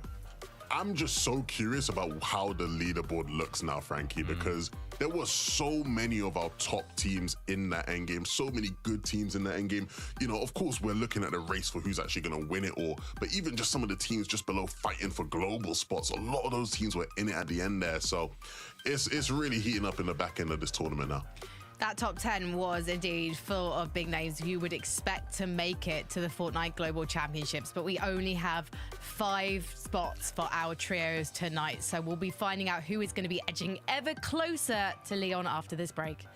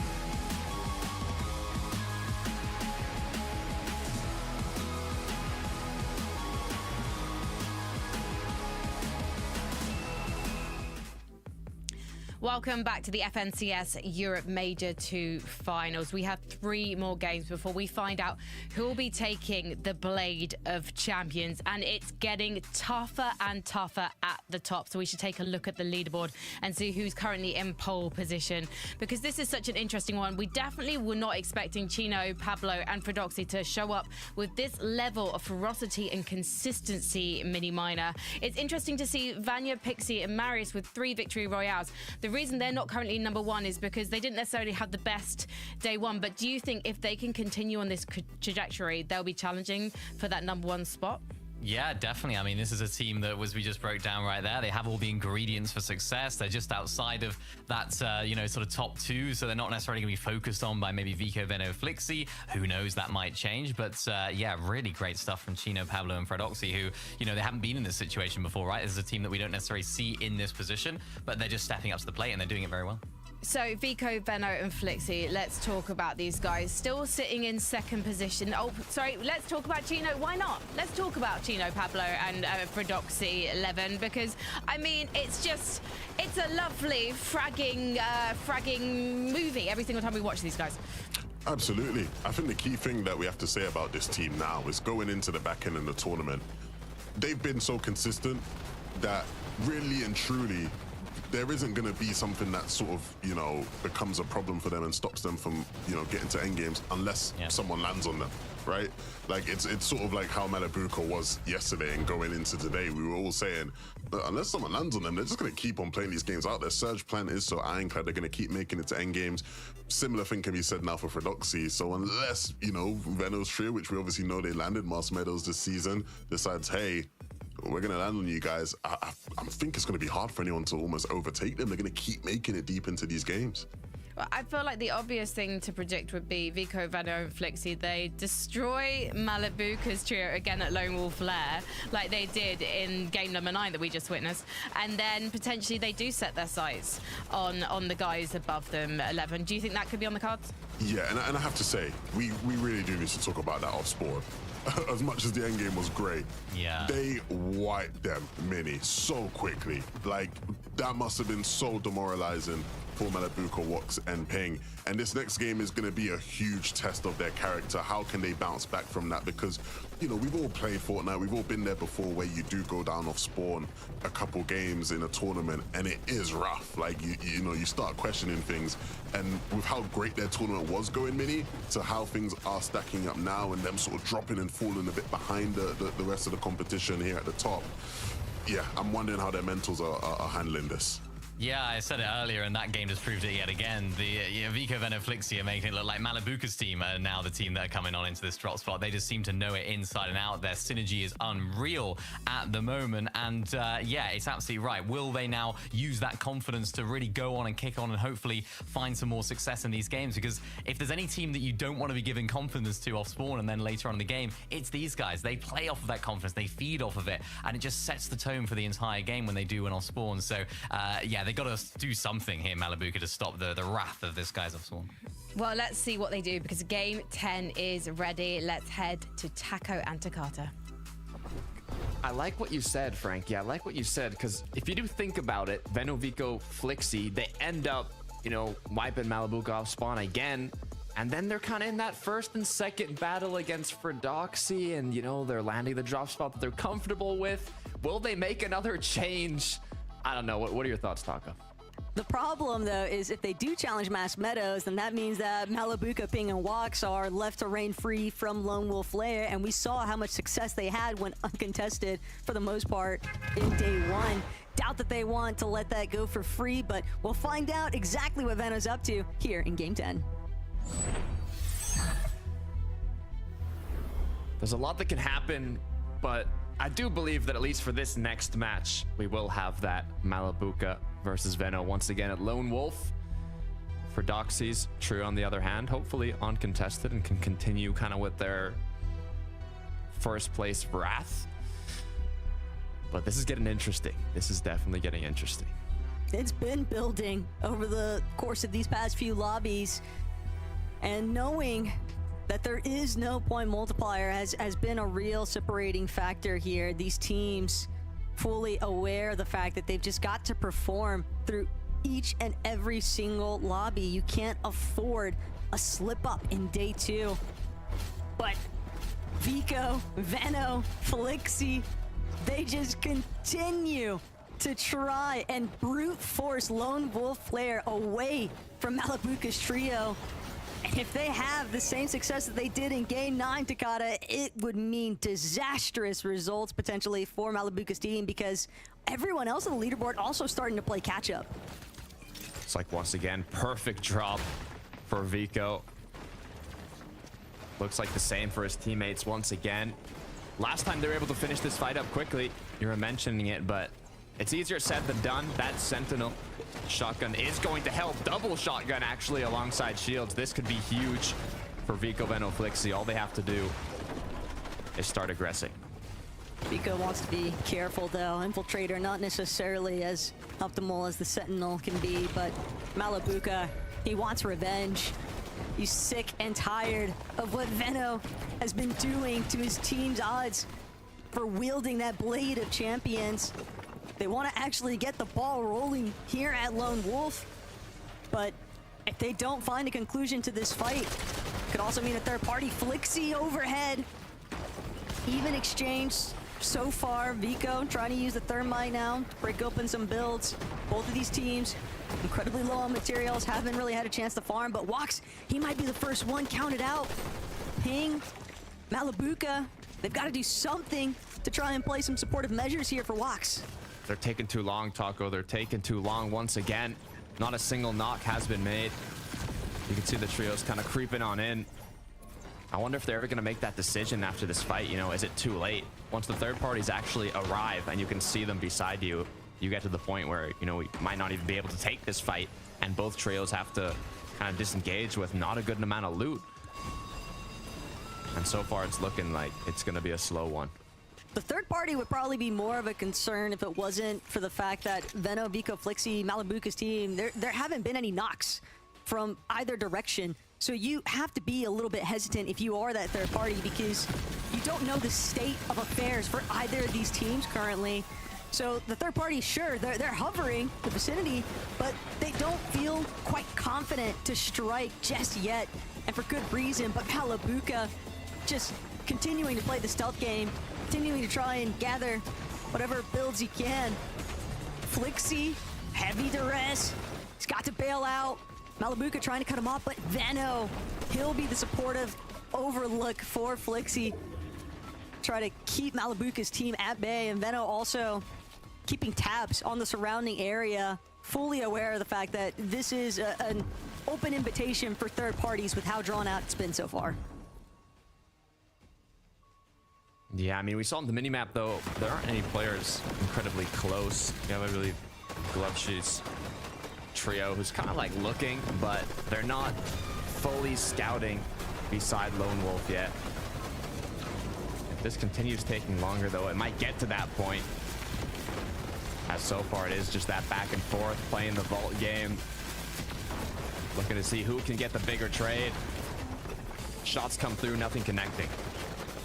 The problem, though, is that Veno's team has funneled everybody from Malabuka's into that vault, and with the loot differences, Veno, Vico, Flixi probably gonna have to back off temporarily. Malabuka, Ping, Wox still trying to see if there's a clear opening for them to try and find the upper hand at last. It's also, like Minnie mentioned, a matter of pride and confidence. You don't want your confidence to start to waver, and if Malabuka's team can't find some kind of winning conversion factor here, it's always going to be a little bit of a mental game on the players. They've kind of let them out of the vault now, as they don't want to take that kind of back and forth right on the borderline on the doorway. Both teams just getting as many materials as they can. You can see when you reach this level, these players are constantly doing something. Even if you're waiting for a team, you're constantly farming, you're constantly doing what you can to give yourself that upper hand. Even scouting around the surroundings, you know, is there any other trio creeping up on us? Are we good to take this fight? Are we safe? And I feel like it's coming soon. The Lone Wolf Mansion has been absolutely gutted, though. Holes everywhere, floors just missing all over the place. but that's providing some decent angles that Veno was clearly trying to make use of. Malabuka, Ping, Walks, they know better than to separate. They know that could be the differentiating factor between being knocked or eliminated versus a winning conclusion here. Vico just continuing to pressure. Veno clearing out even more floor space. They want as many angles as possible before they make this approach. But this fight has been going on forever, Takata, and neither side really getting enough damage. Other teams, even if they don't third party, they're still handling their search strategy. But these guys are going to be one step behind the rest of the lobby. Yeah, I mean, it's taken that long. The zone can pull far, or even it can stay here. Either option, they're going to be behind. Veno, Vico, Flixi have decided, okay, we got to, you know, we already farmed up all we can here. We've done what we could. I guess we got to start, you know, moving around, doing more productive things. So we'll see how it plays out overall. The fight isn't finished yet, I'm sure. But for Doxy, Chino, and Pablo, though, they have been kind of leaning towards third-partying, hopeful when it gets stuck in zone and finding those fights around there. But this time around, it is going to be a Surge base. One of just 3 teams that haven't had to deal with those Surge damage ticks. Was a big part of the reason why, too. Their Surge-based methods, on top of their challenges at Hopeful Heights. When they don't feel like they've acquired enough Surge from inside the base, they take matters into their own hands. They're willing to go that extra mile and find a more direct fight if necessary. Thomas, Panzer, and Uppel, though, definitely being wary as they make their way around Hopeful. And they're also trying to nestle themselves inside of that top 7 of the leaderboard. When you know that Vico and Malabuka's teams are inside of the top 5, obviously it's going to drop an extra couple of spots for the leaderboard, but Thomas, Uppel, and Panzer, they don't want it to be close. They want to confidently be inside of that threshold.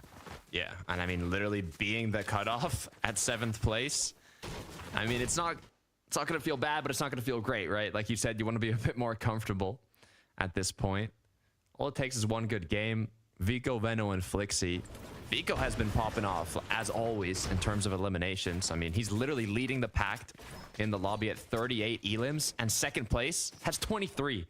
So it's not even close for this trio. I mean, it can consider the fact that they have just been playing around fighting throughout this whole weekend, different drop spots, constantly looking for third parties, and obviously popping off in those end games. But it is impressive. They want to go 4 for 4 this year. They want to not just take home the majors. They want to take home the global championship. They already booked their tickets in Major 1. And to continue that trend, they're going to have to win this major as well. But any top team would want to assume that they're going to be capable of winning out every single event. You have to have that confidence as a player, because there are going to be moments where you can't look to cruise. And this is one of them for sure, because Veno, he wasn't content with how day 1 worked out for them. Obviously, they were able to get some nice upsets, but they weren't willing to just let Malabuka have his way.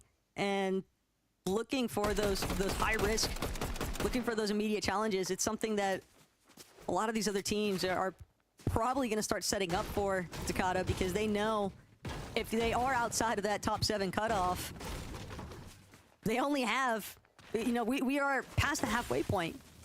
Only this lobby and a couple more to go, and after that, if you're out, you're out. And it looks like Grippe is going to land a good amount of shots here on Marius. You don't want to be going out this early. Benya, Pixie, Marius instantly going to box up, take some shots back and forth. Looks like Grippe, Glepshi, and Prax, though, they want more than just a few tags. Said, we don't want to do the AR shots from afar. We want to get up close and personal. Take these fights for Surge. They see the shots come from afar. They see the danger potential and decide, okay, we got enough for now. Grippe getting lit up from Lone Wolf Lair because Malabuka's team is still in control of that position. And them being forced to reconsider their approach. That's definitely pretty tough spot to be in, but it's not like they can't circle back through. Swizzy, Merstache, and Queasy, on the other hand, it's been a relatively volatile day 2. Certainly not the kind of day 2 that we might have anticipated based off how day 1 went for Queasy, Swizzy, and Merstache. But the way that some of these teams have made their adjustments, it's been very difficult for these guys to kind of maintain their position at Seaport. To be fair, they've played quite similar to yesterday if you just take out the win. If they never won that match, their placements aren't too bad. An 8th, a 5th, a 15th. They're getting to those late games, but they're missing that big game. We know how often they kind of play for those big matches with the height. So I'm sure, you know, we've got this match, another 2 after it. At least one of them, we can hopefully see them take home a VR, which would put them in kind of that range of potentially being able to win. But they're still in qualifying range for the Global Championships, so you got to be happy about that at least. There's so much pressure on Pink and Nebs, though, especially when they're witnessing their former teammate Chino holding down that first place position on the leaderboard. Meanwhile, they are just outside of that leaderboard range, 8th. And obviously, I'm with Levin. I love to see a little bit of, you know, turmoil between teams, because it just makes for a good storyline, and that's something that Pink and Nebs, they don't want to let Chino have the ultimate bragging rights. They really don't. But hey, it's all about that friendly competition. That's an insane stat from Tayson, Atris, and Chicho. I mean, yesterday they had some rough matches. 25th, 31st, 23rd. But now that they've switched up their drop spot, you see top 3 in every game. That's no easy task. Benno, Vico, and Flixie, though, they found their next targets. Moneymaker, faded, F9, struggling a little bit here. Another team potentially pointed into the mix, but Vico, Flixie from overhead, just steadily cornering Moneymaker's trio. Benno now holding down another angle. With Vico and Flixie pressuring the front side, Moneymaker might get a little bit isolated, and that's what Vico is waiting for. He's trying to get the advantageous position, but Flixie actually gonna get turned and burned, faded and benign. Oh no. While Moneymaker had them distracted, and what once looked like such a promising situation is now completely turned against them. Savage, Vidil, and Reason now gonna enter the fray. Benno and Vico forced to just try and escape here, but Moneymaker faded for 9. What a bite back. When you thought it couldn't get any worse, a whole other trio after your teammate goes down. I mean, I can see them getting out of this situation, especially as you can see now if Savage takes on the fight with them, but I don't know. They're just going to be in such shambles after this, even if they get out. Another duo, potentially full trio, also rolling in from the sideline. This is just going to be so tough to get out of. But I mean, we saw what Malabuka did in the last match as a solo. Even more shambles than Venno and Vico here. So it's definitely possible, but this is going to be incredibly tough. Savage's team doesn't really want to allow for that to just play out and both teams to kind of disperse. Walks, Malabuka, Ping. They've created a whole world of trouble, though, for Seti and Cammy.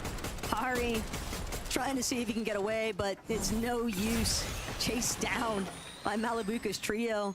So where Venno is struggling, Malabuka certainly on the come up. Queasy, Swizzy, and Merstache, they could also be in a spot of trouble, but Foxy Floodgate kind of set and waiting, making sure that they're healthy before they move out of here. What I wanted to reference, though, is the fact that Vico and Venno, as a duo now, sure, it's possibly still a fight that they can take, but even if they get a knock onto somebody from Moneymaker's team, they're still going to have to deal with Savage, Vidil, and Reason.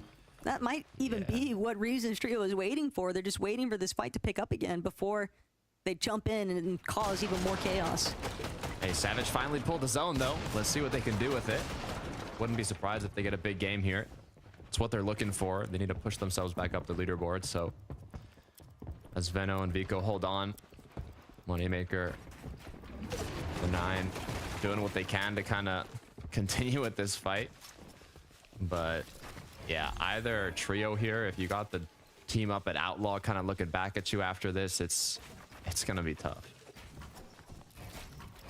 Moneymaker's team's just crouching around. Veno hasn't been spotted just yet, but Moneymaker's gotta be careful. F9 gonna be the first one, lose a bit of his shields. Vico and Veno, though, they're gonna have to convert some of these shield attempts into full knocks and eliminations. They want to extend things much longer because they are below the surge threshold. That early hiccup at Lone Wolf Lair now coming back to haunt them, forcing them into such an awkward situation, an awkward fight here up against Moneymaker's team, and they are on the losing end of it. Veno will fall. It's only Vico left standing, and this leaderboard, that's gonna put a big smile onto Malabuka's face if he's watching that elimination feed. And Vico, sure enough, can't withstand. Reason's team has re-entered the conversation and closed up on Moneymakers that started. Yeah, you called it. They were just waiting for them to take that fight. Capitalized on the situation. Now our second place trio is out of the game. And the whole other top 5 are still up. I might have spoken too soon. Pablo Ferdoxy Chino in a fight. Looks like it was up against Thomas and his team. Are they just going for back and forths? Do they want to fully commit to this? They are kind of far away from the zone. So yeah, it looks like they need to. 190 below, 215 now. Upwell goes down. Thomas and Panzer have to get in here. But who is the superior Dane when it comes to the box fight? Ferdoxy managing to hold on. Thomas HD eliminated. Panzer follows with him. And Upwell cleaned up in the fight. Another big 3 eliminations, only furthering the elimination point lead. Gino, Pablo, Ferdoxy, they've had their work cut out for them here in day 2, but they are delivering in these lobbies. That's a tough one. Being on the borderline of qualifying to the Global Championship. Thomas HD, Panzer, and Upwell literally 7th place now. Getting forced to fight, taken out of the game. To the #1 trio. Gotta give props to Ferdoxy, Chino, and Pablo, though. They have been doing an amazing job getting eliminations leading up to these end games. Not just looking for tags from afar, but actually being able to convert these fights into good amount of damage, full refreshes, and those extra elimination points. This is what they need to do if they want to hold on to first place. Just wasn't any other options, though, for Thomas. They were going to fight whoever it was, whether it was Ferdoxy or anybody else. It's just what happens when you find yourself underneath Surge. Radius, Venya, Pixie, they're based. They're trying to cut off Chap's team. They recognize the fact Teeny so low. They heard the shields crack, but they want to stay ahead. They don't want to get caught in this swarm of players approaching on the backside of zone. Marius managed to get some decent tags along the way, but not going to lose sight of the fact that they want to make sure that they are maintaining a strong position, leading the way. Let's see just how many players are rotating from this side of the zone. Malabuka walks in ping. They had a tough start, not having a huge opportunity to, you know, take their original route, get all the loot they're used to, but you can see from the 6 eliminations they've racked up, that insane refresh that they just picked up now as well. They are more back than ever, and based on the consistency from yesterday, I mean, when they were actually making it to those late games, they were getting top 3 almost every single game, so they need that big game today. Also have to remember how dominant they looked in the low ground while doing so. Sure, their early game plan was all about surge basing and how accurate they could be with the assault rifles, but the way that they controlled frontside low so consistently throughout yesterday's lobbies is definitely impressive. Pink opened up for a peek and instead has to wait for the double revive. Thankfully, Yasin not close enough to be able to actually break through that wall, but it is going to force them to pause for a moment. Ferdoxy now with that mythic drum gun. He's trying to make something big happen here on the low ground. And with the way that his team's been playing all day, it's got to be a massive momentum swing after that last fight, and Savage just added to the tally. One more elimination, another one possibly here in Reason, and Vidal left just trying to figure out where to go next. Pablo, Gina, and Ferdoxy, they've got things completely figured out though. Just hold this control of the low ground. 8th zone is gonna pull towards the shore as well. You gotta think to yourself, can it even double pull towards the zone or towards the water, sorry. Is it worth it to kind of play on the land side here of the zone? Demon Storm picks though. See that as a perfect opportunity. Malabuka elevating themselves. Pink needs to have a good performance here. With Thomas HD having gotten eliminated, the one trio that's above them, they cannot afford to go down here. It's their shot to put themselves back in qualifying range for the global championship. As Malabuka's forced to drop down, gets cracked, but he makes it out alive. Just 32 above though, they need to find damage. Pink following suit though, and Pink is incredibly low, just behind Wax, Malabuka, and Ping. He's not careful. Wax could be looking for the closing blow, but it won't come to fruition just yet. Malabuka, Ping, and Wax now gonna just try to run forward, stay out of eyesight. Vanya, Pixie, they've been spotted and focused by the lobby. Cruel as ever for Doxy, Chino, and Pablo on the other hand. Very nice position. Just looking back and spraying other teams on low ground.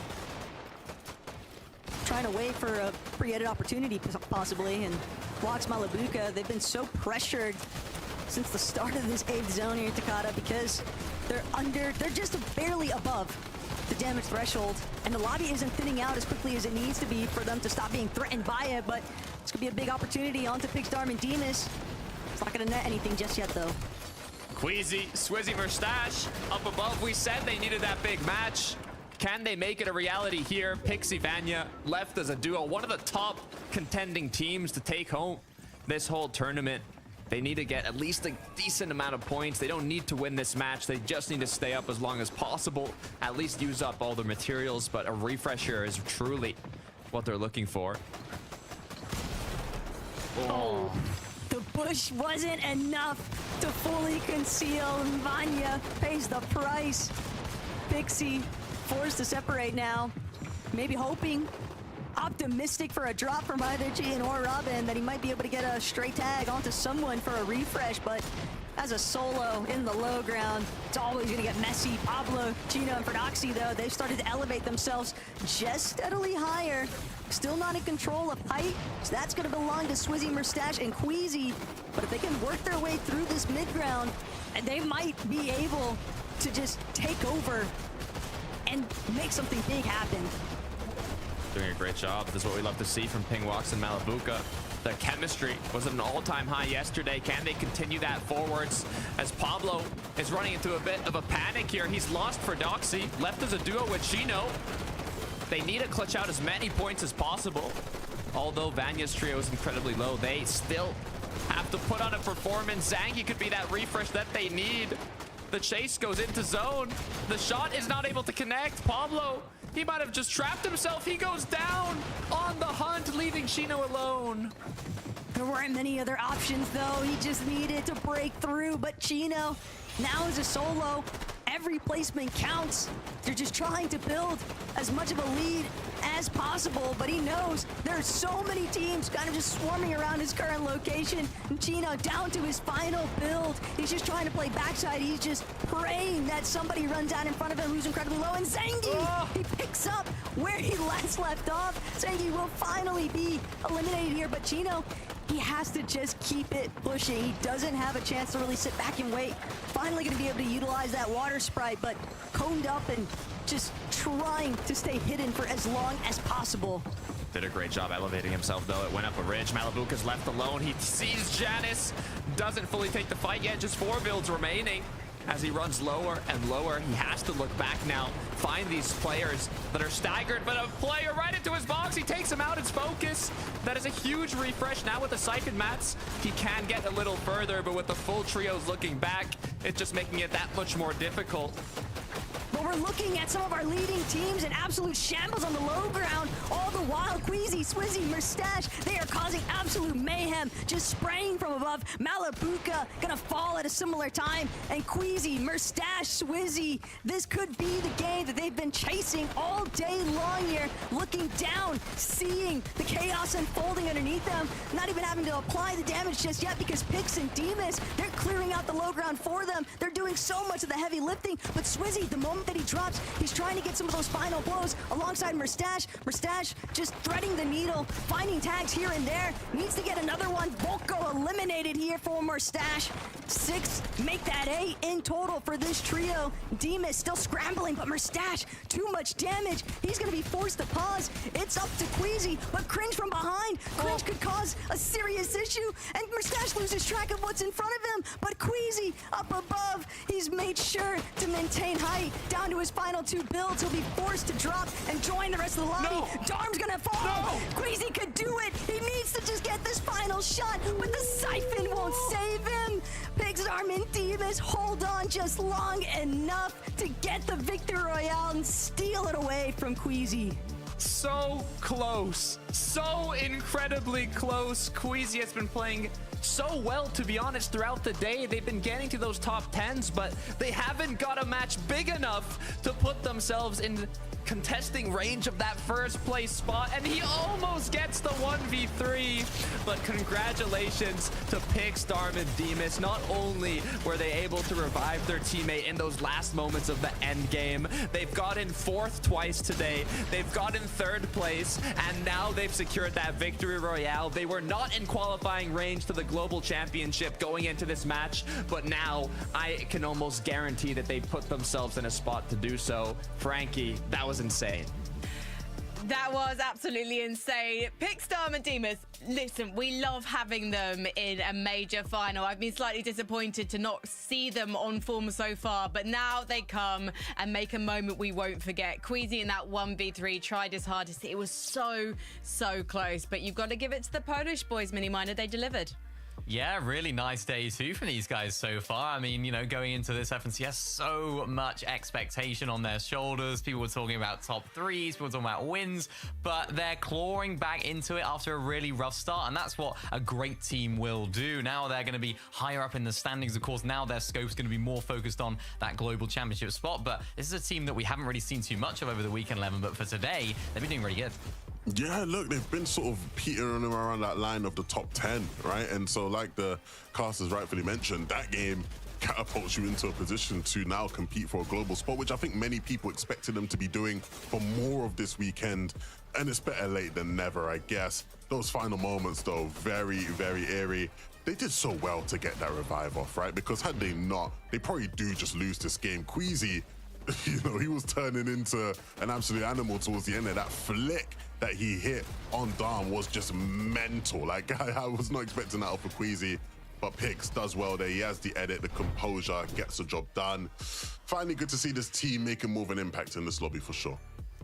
It was absolutely crazy to watch. I nearly fell over my green screen. My background nearly looked very different. I could have broken the setup. I think Levin was the same, and Mini Miner, he was cool as a cucumber as always. We're gonna head to the break. When we come back, we've just got 2 more games remaining. I can't believe it.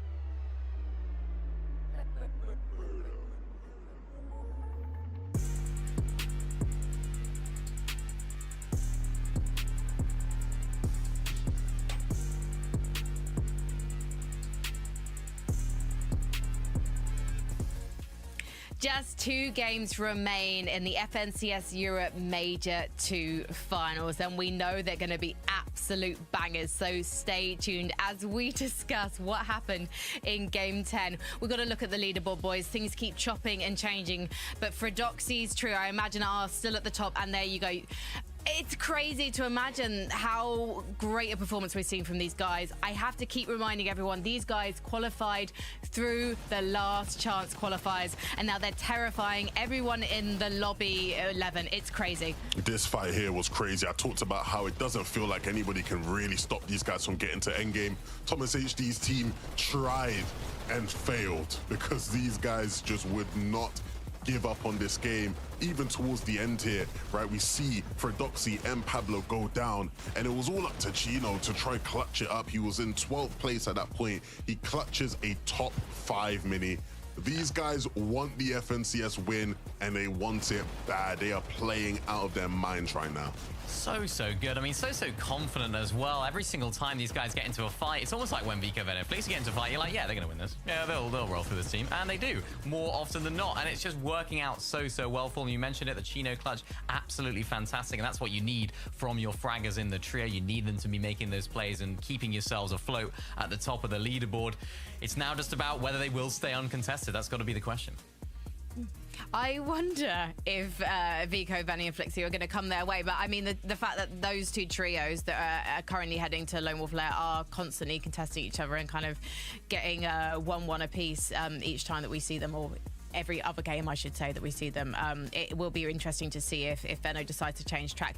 We've got to talk about Marius, Pixie, and Vanya, though, because this is a trio that really need to kind of, I guess, try and maintain their consistency in their end game to try and maintain as high a placement as possible. They lasted until the 13th the 13th spot, I should say, 11. Sorry, the pressure is getting to me. I don't know about these guys. Do you think that they can have another great game? Is it in them? I mean, yeah, for sure. This wasn't their greatest game, though, right? As you know, we've seen them have plenty of better games. They've won so many games this weekend, but this one wasn't their strongest, and it's tough that it wasn't their strongest because their biggest competitors now sort of came out and really had a great game in Chino's trio. This is the team that we sort of have to look at. If you're not supporting, you know, Chino's trio to go and win the whole thing, right? Like, you're looking at Vanya, Pixie, and Marius as the ones, because yes, Malibuca's trio is above them, and yes, Vico's trio is right behind, but we know those 2 teams are fighting against each other. Really and truly, when you're looking at the 2 teams who, like, you know, have a more clear path to competing against Chino's trio, it's going to be Vanya, it's going to be Swizzy, Queasy, and Mustache, but they're both, you know, near about 100 points away, right? Slightly less for Vanya's trio mini. So with 2 games left, it's not impossible to close that gap, but you know, it's starting to look like, you know, another good game for Chino, and they might just wrap this thing up. Yeah, it's also looking like many minors. Sorry to interrupt, but I just want to discuss Malibuca with you quickly. I just mentioned it's kind of back and forth between him and Venno's trio on the leaderboard right now, and currently, Malibuca's looking like he's finding that consistency from yesterday, potentially, as we head into these last 2 games. Yeah, much different complexion to this off-spawn as well. We saw a little bit more of a stalemate. We saw both teams sort of disengage, or at least Vico and Flixie disengage, leaving the drop spot for Wox, Malibuca, and Ping. And that's kind of playing into their favor. I think they're not going to want those sort of quick fights off-spawn. It's not going to work out for them. And they have the capability in endgame. We saw it throughout the entire day yesterday, 11. So there's no reason why they can't do it when they get to the endgame. Ultimately, though, we've spoken about it all day. It's just making that off-spawn work, making it count, and then making it to endgame as a trio. I want to ask a quick question, Levin. If Venno's trio were not contesting Mali's trio at Lone Wolf Lair, would Malibuca still be in the #1 spot? Oh, I think you'd have to say so, right? With just how well they played yesterday and how they've still been able to get something out of these games where there's been a stalemate, or, you know, things haven't quite gone their way. And it's still close, right? With everything that they've gone through today, it's still close at the top of the leaderboard there. Mini. Yeah, I mean, they had a 32nd and a 30th today and a 15th, and they're still not that far away from first place. So, you know, if it wasn't for the consistency of Fredoxy's team, we'd be saying this is a team that definitely can pull back that lead. But, you know, can they do it? Will they switch drop spots? Will they keep going there? We'll have to wait and see. Well, we don't have to wait much longer because it's time for game number 11. We are right here on the cusp of determining who's actually going to be the team wielding that Blade of Champions, Takada. And with Game 11 on the horizon, so many of these teams that are just trying to last minute scramble their way up that leaderboard. Yeah, we're getting closer and closer. There's a few things to keep your eyes on, right? It's who's going to end up getting first and who's in that currently top 7, which will qualify you to the Global Championships. Now, I'm also thinking, okay, Vico, Veno, Flixi, they've been landing on Malabuka all day. First place is now for Doxy by a bit. Will they change it up? Well, let's see, because Game 11 is ready to go.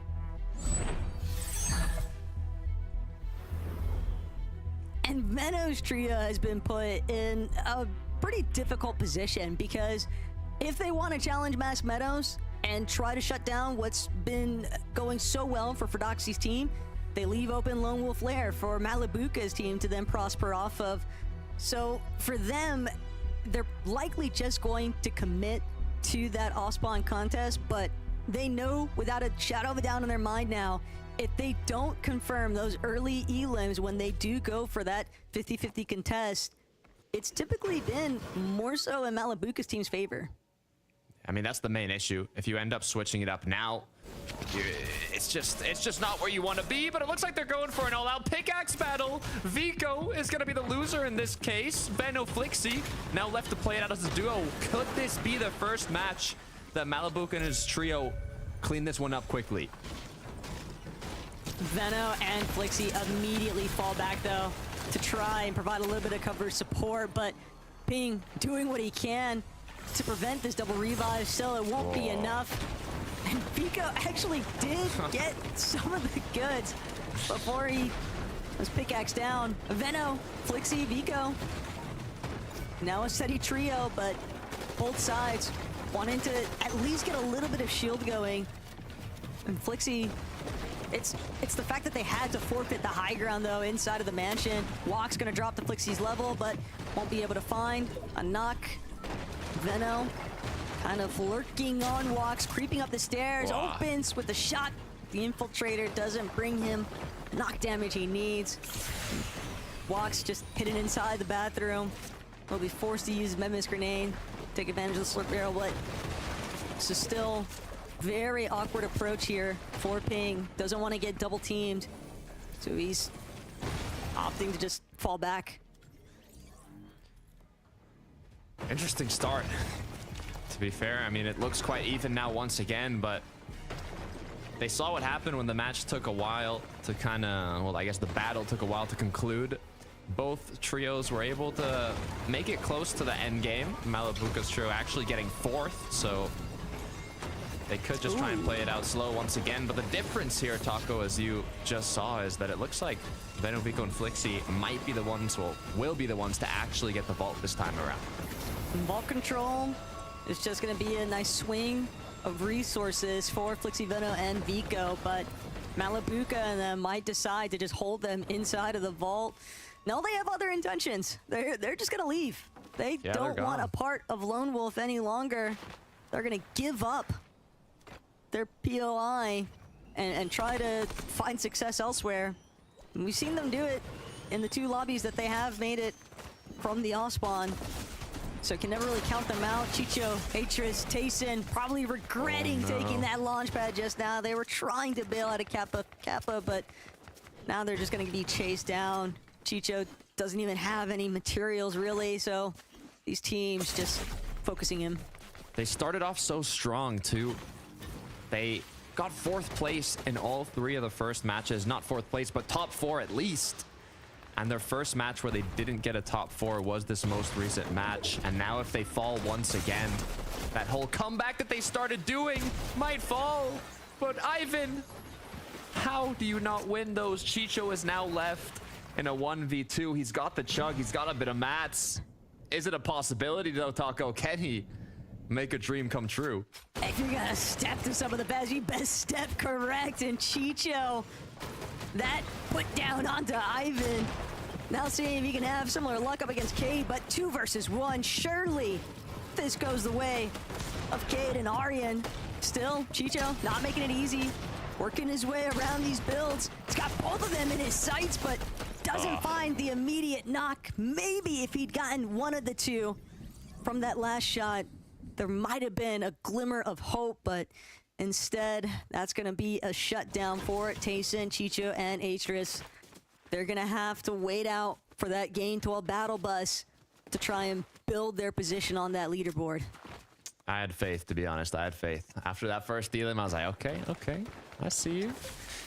As we go back over to Chino, Pablo, and Fredoxy, luckily enough, they are uncontested once again, so en route to continue with their lead for first place. Savage, Vidil, and Reason, they were able to pick up a bit of eliminations in the last match, but ended up getting elimed before that late game, so if they get snuck up on this time around, it's going to be tough. Savage is completely alone here.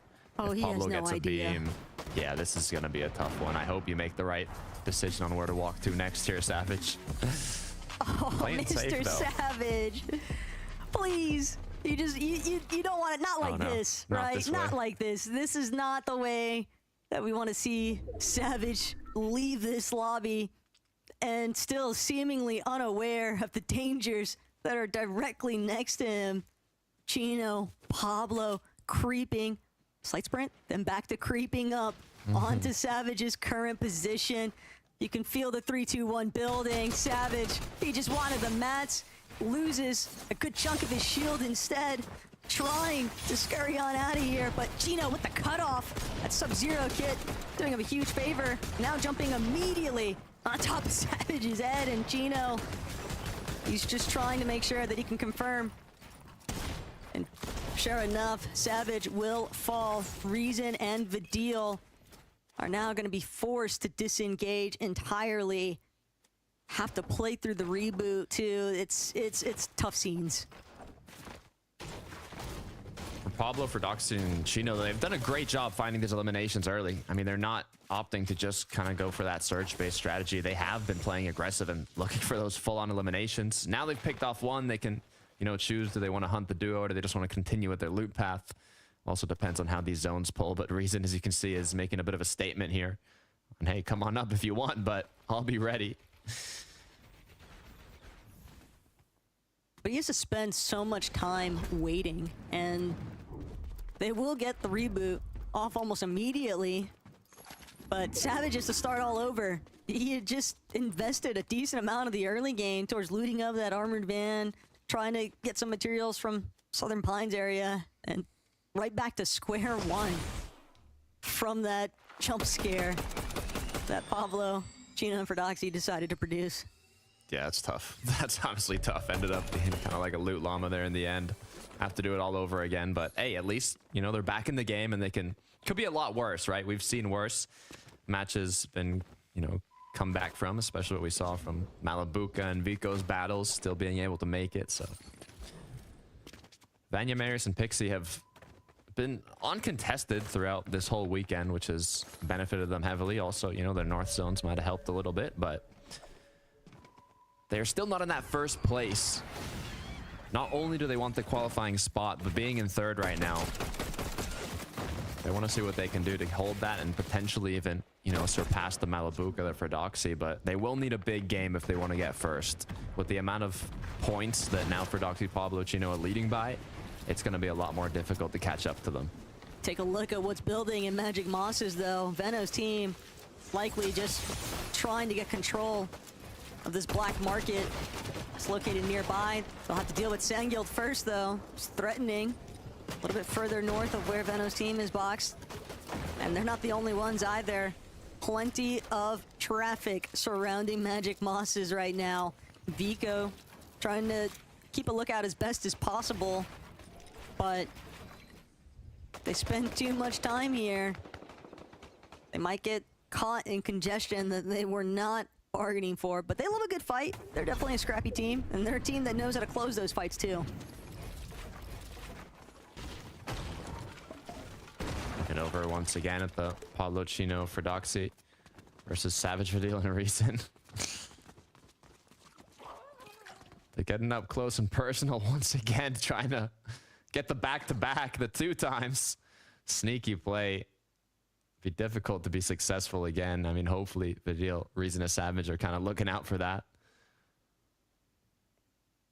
They've definitely got their surge bases on top of the mountain span, but that doesn't necessarily mean that they're going to be completely safe, especially if they have no idea that Pablo, Chino, Fordoxy are just crouch walking all around this tunnel area. Certainly being cautious, though. They really just want to steal the van and go. That seems to be their primary intention. And now, with it being on the move, it does appear like Reason, Savage, and Badil, they don't want to let their ride go, but they don't have a choice. They're just going to have to watch them bail out. Got robbed. It's all good, though. At least they're still up. Thomas, Panzer, and Uppel have been having a bit of trouble throughout the day. They've been managing to stay just on the cutoff, but I don't think they've even made top 10 once today. Although Walks now is going to pick up an elimination here onto Shark. It's actually crazy how easy he made that look. Against Shark of all people, it just goes to show, no, Riley, Trulex, Shark, they were not anticipating to have company this early on here at Foxy Floodgate. Ping and Walks still lurking, though. It's going to be a tough duo operation, but the 2 versus 2. It's a little bit more evenly cut. Mustache, Swizzy, Queasy just trying to take advantage of where Thomas's team is currently at, fighting inside of the storm now. They need to get even more points if they want to continue being a threat towards that top side of the leaderboard. And Panzer, good chunk of his HP gone now. I'll have to hope that Uppel and Thomas can buy him even more time. But Thomas is just slow and steady. Might have an opening onto Swizzy, but just short. Turns it around, though, and Swizzy will be knocked. Thomas wasting absolutely no time now. Mustache heavily threatened. They've got the numbers advantage. They go from being hunted to hunters, and this is an ideal situation, working their way through Kappa Kappa, because they can continue playing tag with Queasy's team. When they go for the reboot, they'll know we've got this trio right behind us. We'll just trail them and continue applying damage to them every step along the way. I was going to say, not again. Not again. Thomas, Uppel, and Panzer going down early. 23rd in the last match.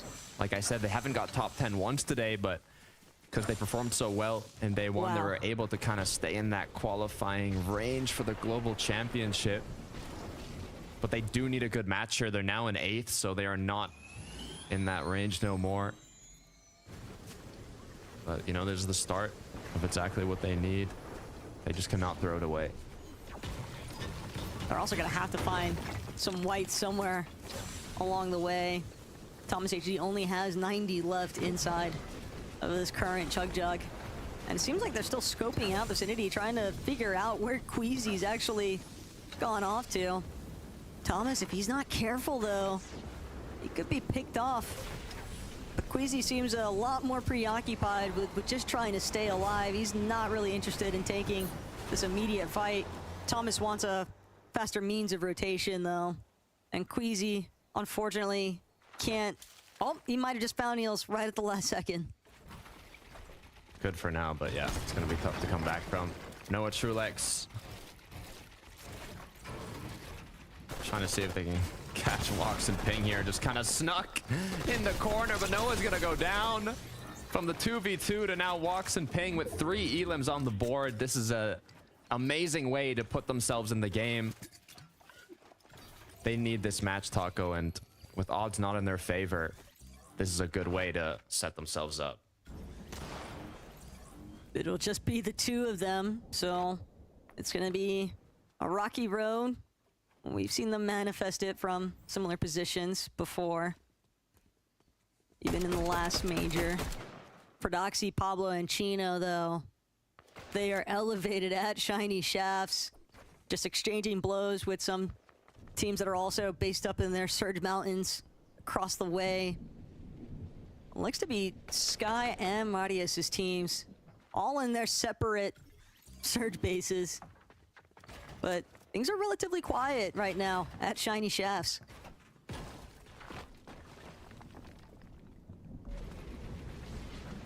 all the top 5 trios are still up and running. It's going to make it that much more difficult for the teams trying to push themselves in that cutoff for the top 7.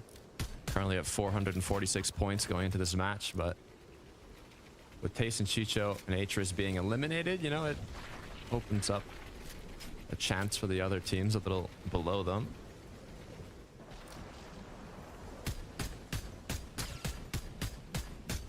And another one for Pablo Wingu. Hey, you gotta make sure that you're staying up to date with some of your balloon fights here. Okay, Yeah. Cringe and Kiruo though, they probably keeping tabs on what Pablo is up to.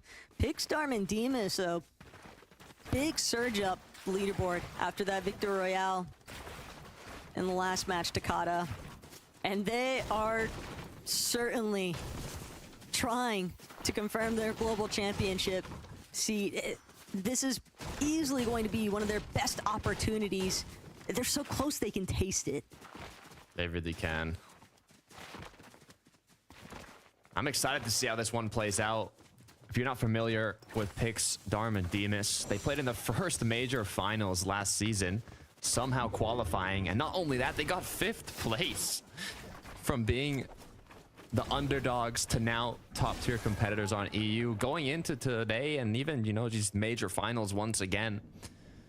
A lot of people kind of have them on their radar and they're in that qualifying range. So seeing them in the global championship would be amazing. Still a bit ridiculous though to think. We're checking back in with Marius's team, and they've got 3 victory royales in total across this weekend, Takata, and yet they are still in that 3rd place position on the leaderboard heading into this 11th lobby. And you just know that they want the extra 2 spots up ahead. Yeah, I mean, they were 1 spot off qualifying in Major 1, literally 3rd place when the top 2 qualified. They had a 12% win rate in the Div Cup finals. They know how to win matches. They can win those matches, but they've been lacking in, you know, the constant top 10s, the constant top 5s. But those wins have been helping them, you know, keep themselves and planting themselves in qualifying range to the global championship. But, you know, they want more than that. They want to be able to get that 1st place alongside it, that Blade of Champions. So hopefully with a big game here, it can kind of push themselves up. But of course, they're not going to be the only ones trying to get a really big performance in these last couple of lobbies. Vico, Veno, Flixie, just rolling around the outskirts of Outlaw Oasis. It's going to be tough for other teams to really stop their current flow, but Veno, he just wants prime positioning. Even it comes at a slight cost, a little bit of damage, but they're rolling through. You know, this game, they need to put themselves in 2nd because we know what Vico, Veno, and Flixie truly want. They want to win this major like the rest of them. And to do that, going into this, you know, 2nd to last game that we're witnessing right now, they need to put themselves in at least 2nd place so they have a good chance of taking 1st in that last match. If they put themselves into 2nd here, I would not be surprised if they land on Pablo, Ferdoxy, and Chino in the last match.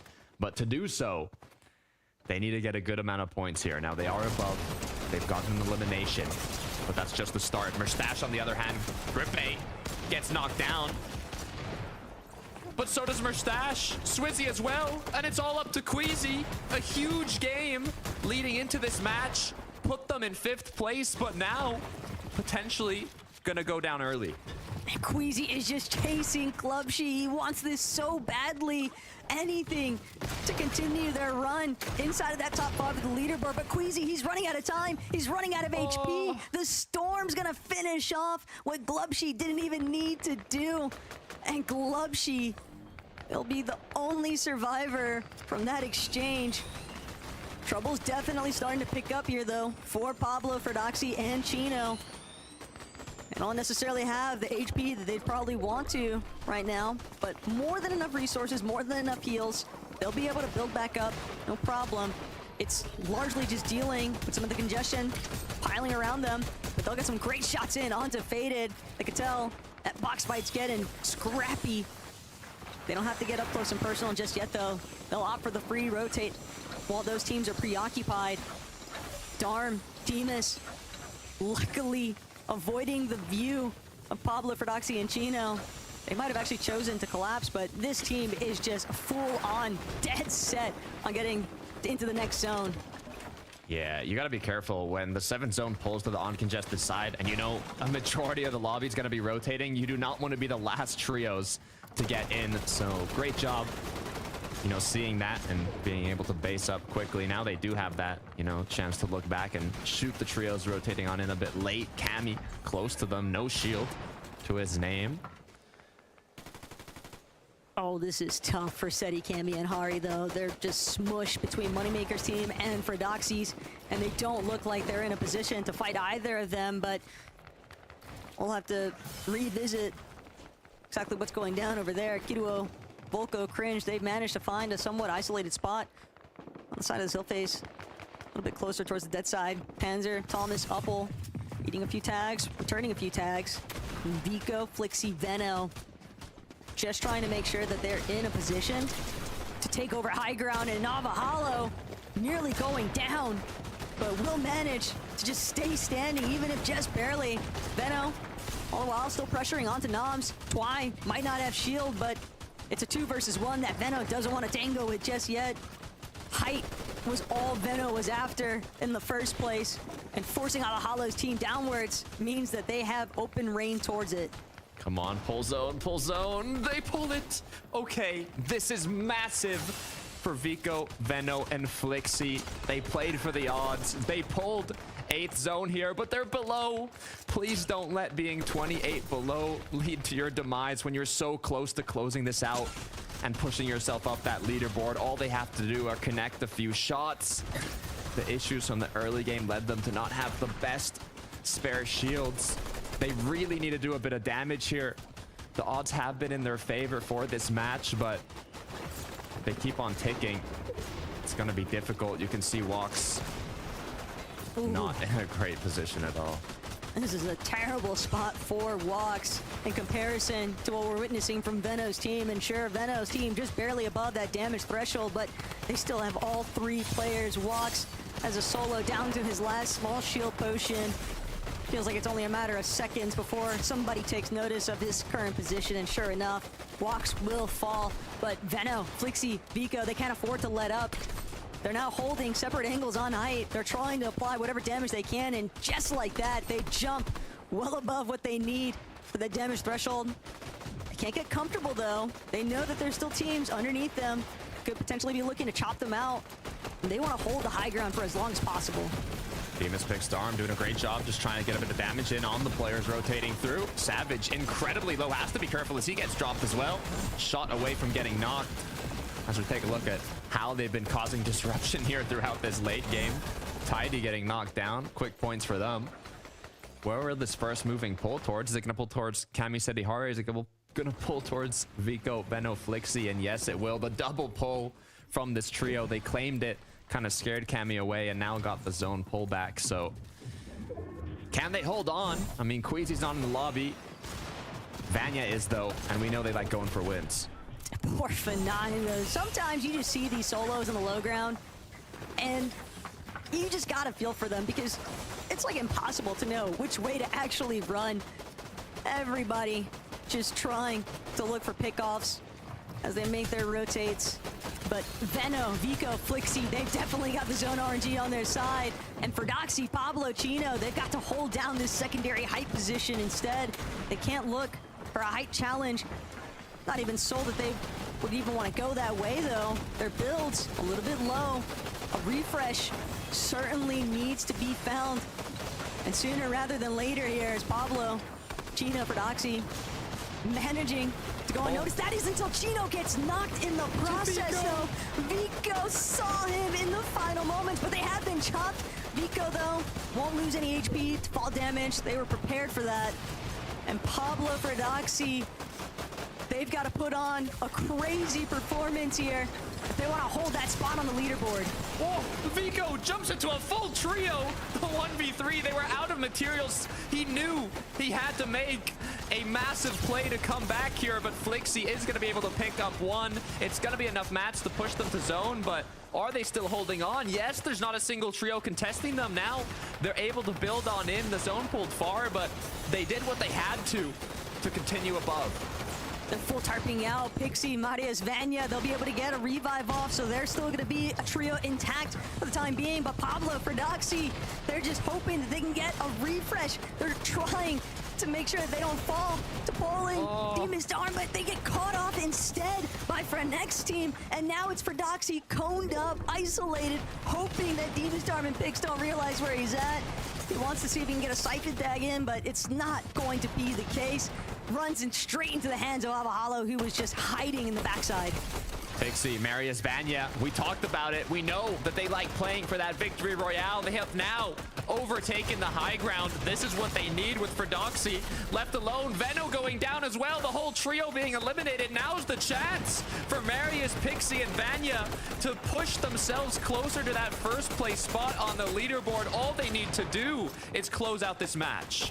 They're just smothering these lower layers with as much suppressive fire as possible. Pixie, gotta be careful, but Tripburn has been knocked. Vanya credited with that one, just waiting for the Siphon to tick over. Finds another elimination even, and they just have full control of height. So much material, so much to invest. The world is their oyster here in Game 11, Takada, and they are just continuing to apply that steady pressure. Marius, Vanya, Pixie, if they find that fourth victory royale, and it starts with the elimination onto Giras, the knock gonna be the opening. Pixie with a massive shot though onto Dinas, and now Seti just trying to avoid the rampage that Pixie seems to be setting himself on. They had a tough game 10, but as Marius goes down, the pressure is increasing. Vanya, Pixie now left alone as a duo to try and clean this one up. There's 6 total players. Looks like Cammy's still on low. Shot gets connected from Pixie onto Frenek. Gets the elimination alongside it. Seti, Cammy now, a duo down below. It's Seti, a full trio. Cammy, Hardy, they're all so strong when they play together. But Pixie and Vanya, they're still a big part of this conversation. They still have a couple of mats to play with here. And Pixie waiting for that perfect shot. He's got to be as precise as ever, though. He can't let this one slip. But Seti, Cammy, Hardy, they're not looking to lose another one. They want their victory royale. Vanya gonna manage to jump ahead. Seti trying to run back. Seti won't get away, though. And Vanya, right as we thought that Cammy, Seti, and Hardy might have a chance to close this one out, it is shut down. That dream just slipping away from them. Vanya said, no heal off for you. Get back to the lobby. Knocks him. Secures the victory royale. This is perfect as the first place trio went down. The second place trio went down. And Vanya, Pixie, and Marius, with an open road ahead of them, were able to pick up the victory royale to now push themselves closer and closer to that Blade of Champions. Absolute tragedy, though, for the Polish here. But Vanya, Pixie, Marius, what a come up in this game 11. Frankie, Levin, Mini, tell me what just happened. I will forever associate multiple victory royales with Vanya in major finals. This one is no different, Levin. Poor Cammy and Seti just having another one stolen from under their very noses. But let's not dwell on that, Levin. Let's not dwell on that. Let's just big up the fact that Marius, Pixie, and Vanya are almost certainly going to global championships now, and they're proving why they are one of Europe's brightest hopes. Yeah, one spot away last major. This major looks like they've got that job done, but the job is not finished for this team, because I think this is it. This is the contender. This is the team that really stands in the way of Pablo, Fredoxy, and Chino. If there's anybody that's gonna beat them and stop them here in game 12, it's most likely gonna have to be these guys now, Mini. Yeah, and the way they played this endgame was really nice as well. They had to pick up the revive onto Vanya, which, of course, this refresh gave them the green light to take height there in the end as well. They were just playing height just underneath Vico and Veno's trio there up on top, and they just took it really, really straightforwardly. And from here on out, it only looked like it was going one way right up until the end, when of course, we had Seti, Cammy, and Hari right on the low ground. And to be honest, with the way that Seti, Cammy, and Hari have been playing these endgames and these final two trio situations, I was kind of confident in Vanya, but the way he did it was unreal there at the end. Yeah, I mean, the clutch shots onto Seti as he ran away. Yeah. I mean, Seti's going to regret building up on that ramp and running. Like, he's going to be wishing he would have hidden maybe a bit more. Losing another 2v3 situation is just crazy. But look, focus on Vanya, right? Because Vanya and Pixie, you know, remember in the group stage when we were talking about these guys, I highlighted the fact that last major, when it came to final 2 situations, they stunk, right? Like, they had like 10 final 2 situations, I think, in set lobbies and won only like 1 of them. This season, they've been much better when it comes to converting in those scenarios, and that's a perfect display of that. Very impressed by this trio right now. Listen, boys, we need to talk some more. We just have one more game before we crown our FNCS Europe Major 2 champions. We're going to be taking a look at the leaderboard after the break.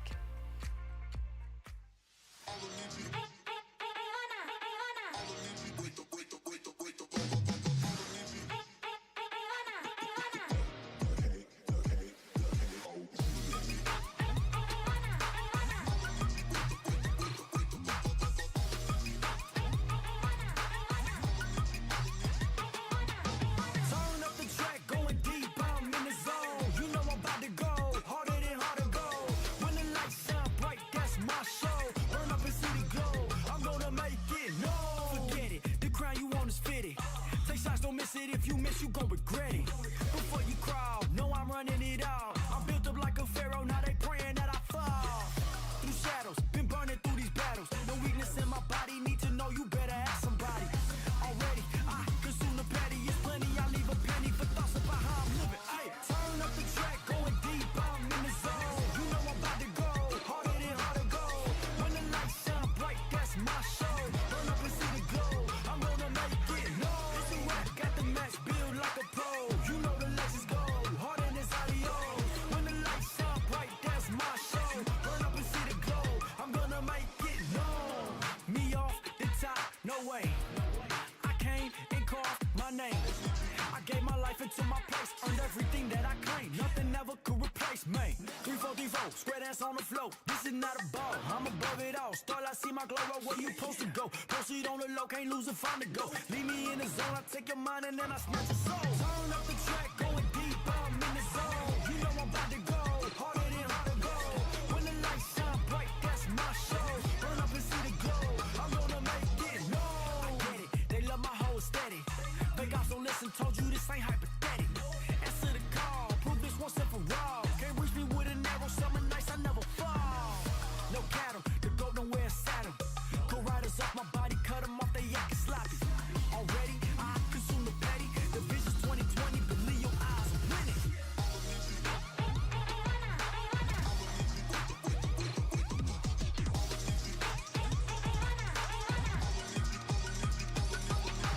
Turn up the track, going deep, I'm in the zone. You know I'm about to go, harder than hard to go.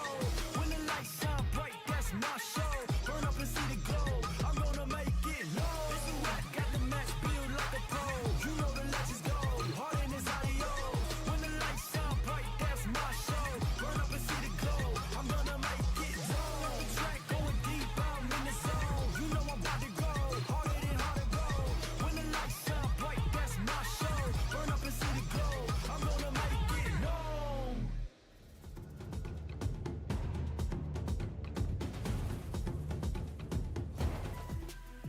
Hollywood ain't got nothing on SMCS Europe, my friends, because we have just got one more game before we crown our winners of Major 2, and it is looking incredibly close at the top. Let's bring up the leaderboard, guys, and see where we're at with just one game remaining. Oh, wow. Vanya, Pixie, and Marius Levin, they are, I mean, they're not looking good to take it just yet because there's just 6 points between them and second.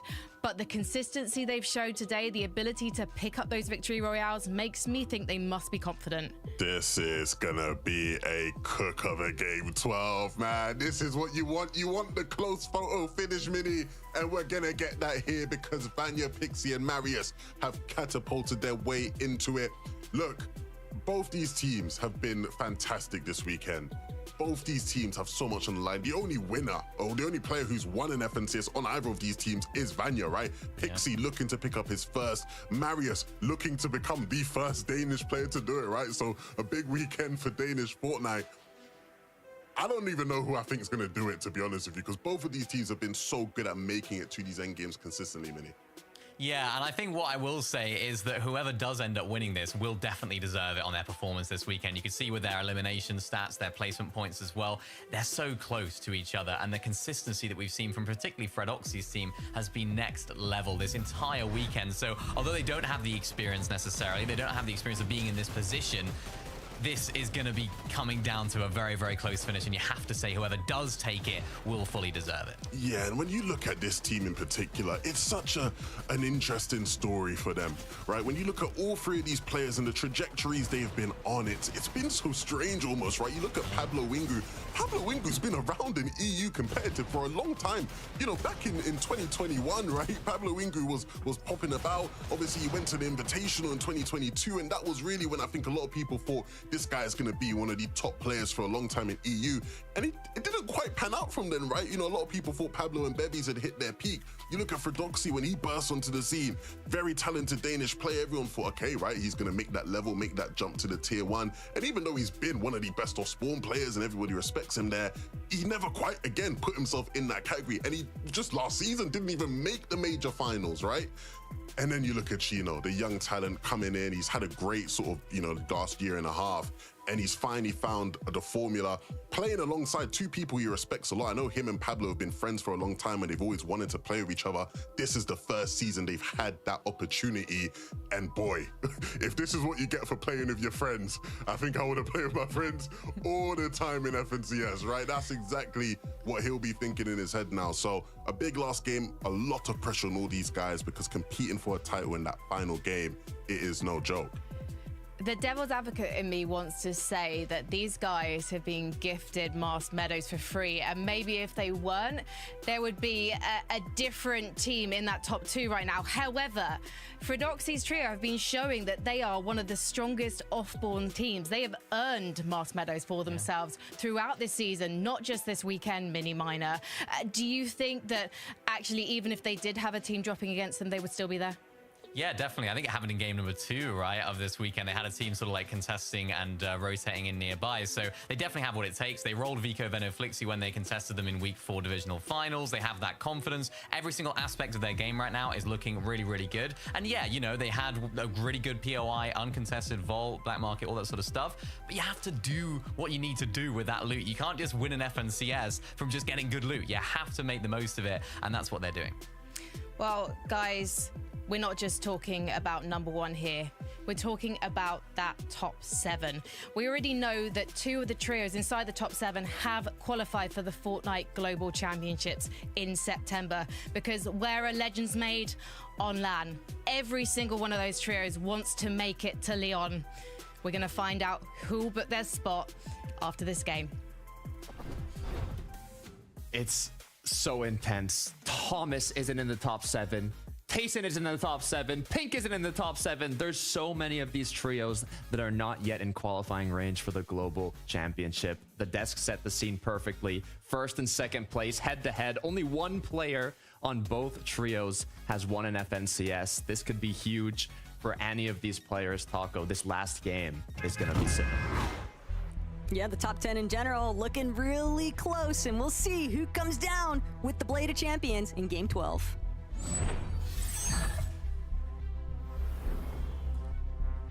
It really all comes down to this. There's a few things we gotta, think. Flooded Frogs, Masked Meadows. This is where our number 1 and number 2 trios have been landing. Vanya's trio in Flooded, Fredoxy's trio in Masked Meadows. They've been uncontested throughout the day. Going into this last match, will it stay like that? We had Vico, Veno, and Flixi, who were contesting. Well, I'm just making sure we're good. Okay, it seems like they are uncontested. Like I was saying, Vico, Veno, Flixi have been contesting. Malabuka down at Lone Wolf, so it seems for now at least one of our top trios are good to continue with how they've been playing out the day. Undisturbed off-spawn scenes, but that is not the case for Veno and Vico. They've got to come up huge here because they've already lost Flixie along the way. They're ready to have their outcome determined so early on. It's part of the process, but for Doxy, Chino under some heavy pressure.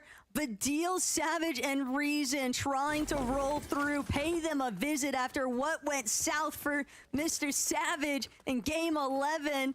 Giving them a taste of their own medicine here. And Pablo, Chino, they're going to be forced to just lurk nearby and pray that Vidil doesn't decide to commit any further with the rest of his team. But Vidil, he's after more. Out the air. Doxy gets knocked down. They are going to be forced to fight this out. Has Vidil seen him? He has not. Pablo in a very sneaky situation. He could be able to pick one off here. He needs to connect this shot. Everything comes down to this. If they get eliminated here, they are most likely out of that contention for first place. They cannot afford to go down. Actually really respect that reservation from Pablo not to fire. He was waiting until he had eyes on all three members from Reason's trio. But Chino, on the other hand, he manages to find Uppel. He was sat hiding in a bush, and that could be a huge benefit for his escape methods here. Uppel was trying to chase Chino, it appears. Spotted out the fact that he was in a contentious situation. But that is going to allow for Chino and Pablo to get out.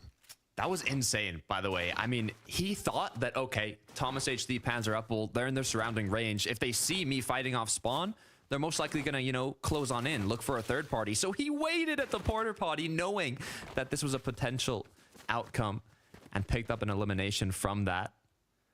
As now they are just doing what they can to survive. Just got to get the reboot off, but it's basically just a huge audio cue to all teams in the surrounding areas.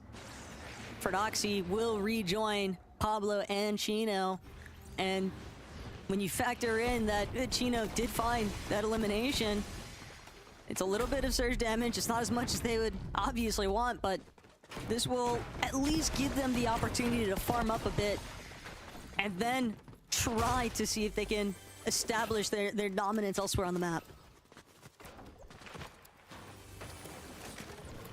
6 points is what separates Pablo, Chino, and Doxy from Vanya, Pixie, and Marius. Vanya, Pixie, Marius had a cleaner start without getting knocked off the start. It's a full Danish trio. I mean, Denmark has made 243 FNCS finals, but they are yet to take home a championship. Veno, Vico, Flixie, or should I say just Veno and Vico, are in third place still, but it's going to be tough to take home the second or first. And that top three position is also a little bit too close for comfort. If you're one of our two leading teams, you've got a little bit more of a point gap between second and third, but third through seventh, all of that is within striking range of each other. And there's definitely some prize pool differences involved. When you are Vico, Veno, and Flixie, though, you know that you've got your guaranteed seat to the Global Championship. You did that in Major 1 finals, but they obviously still want to be as high up on that leaderboard as possible.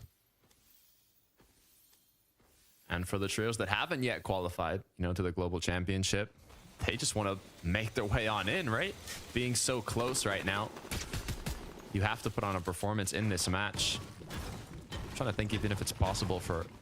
No, I don't think Malabuka can get booped out of the top 7, so it will still be that to qualify, but it is incredibly close in that top 10 in general.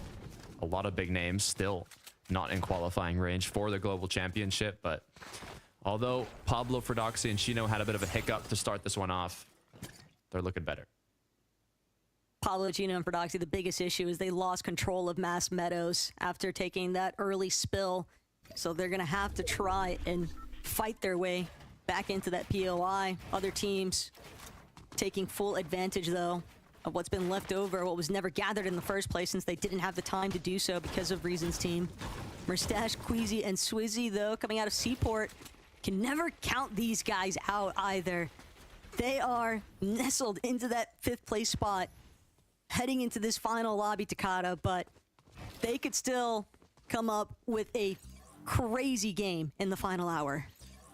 I mean, in last major, they didn't qualify to the Global Championship by 2 spots. They were just 2 spots away, right under Vanya, Marius, and Pixie to qualify to the Global Championship. Although they were looking like favorites, ended up getting contested, and now uncontested.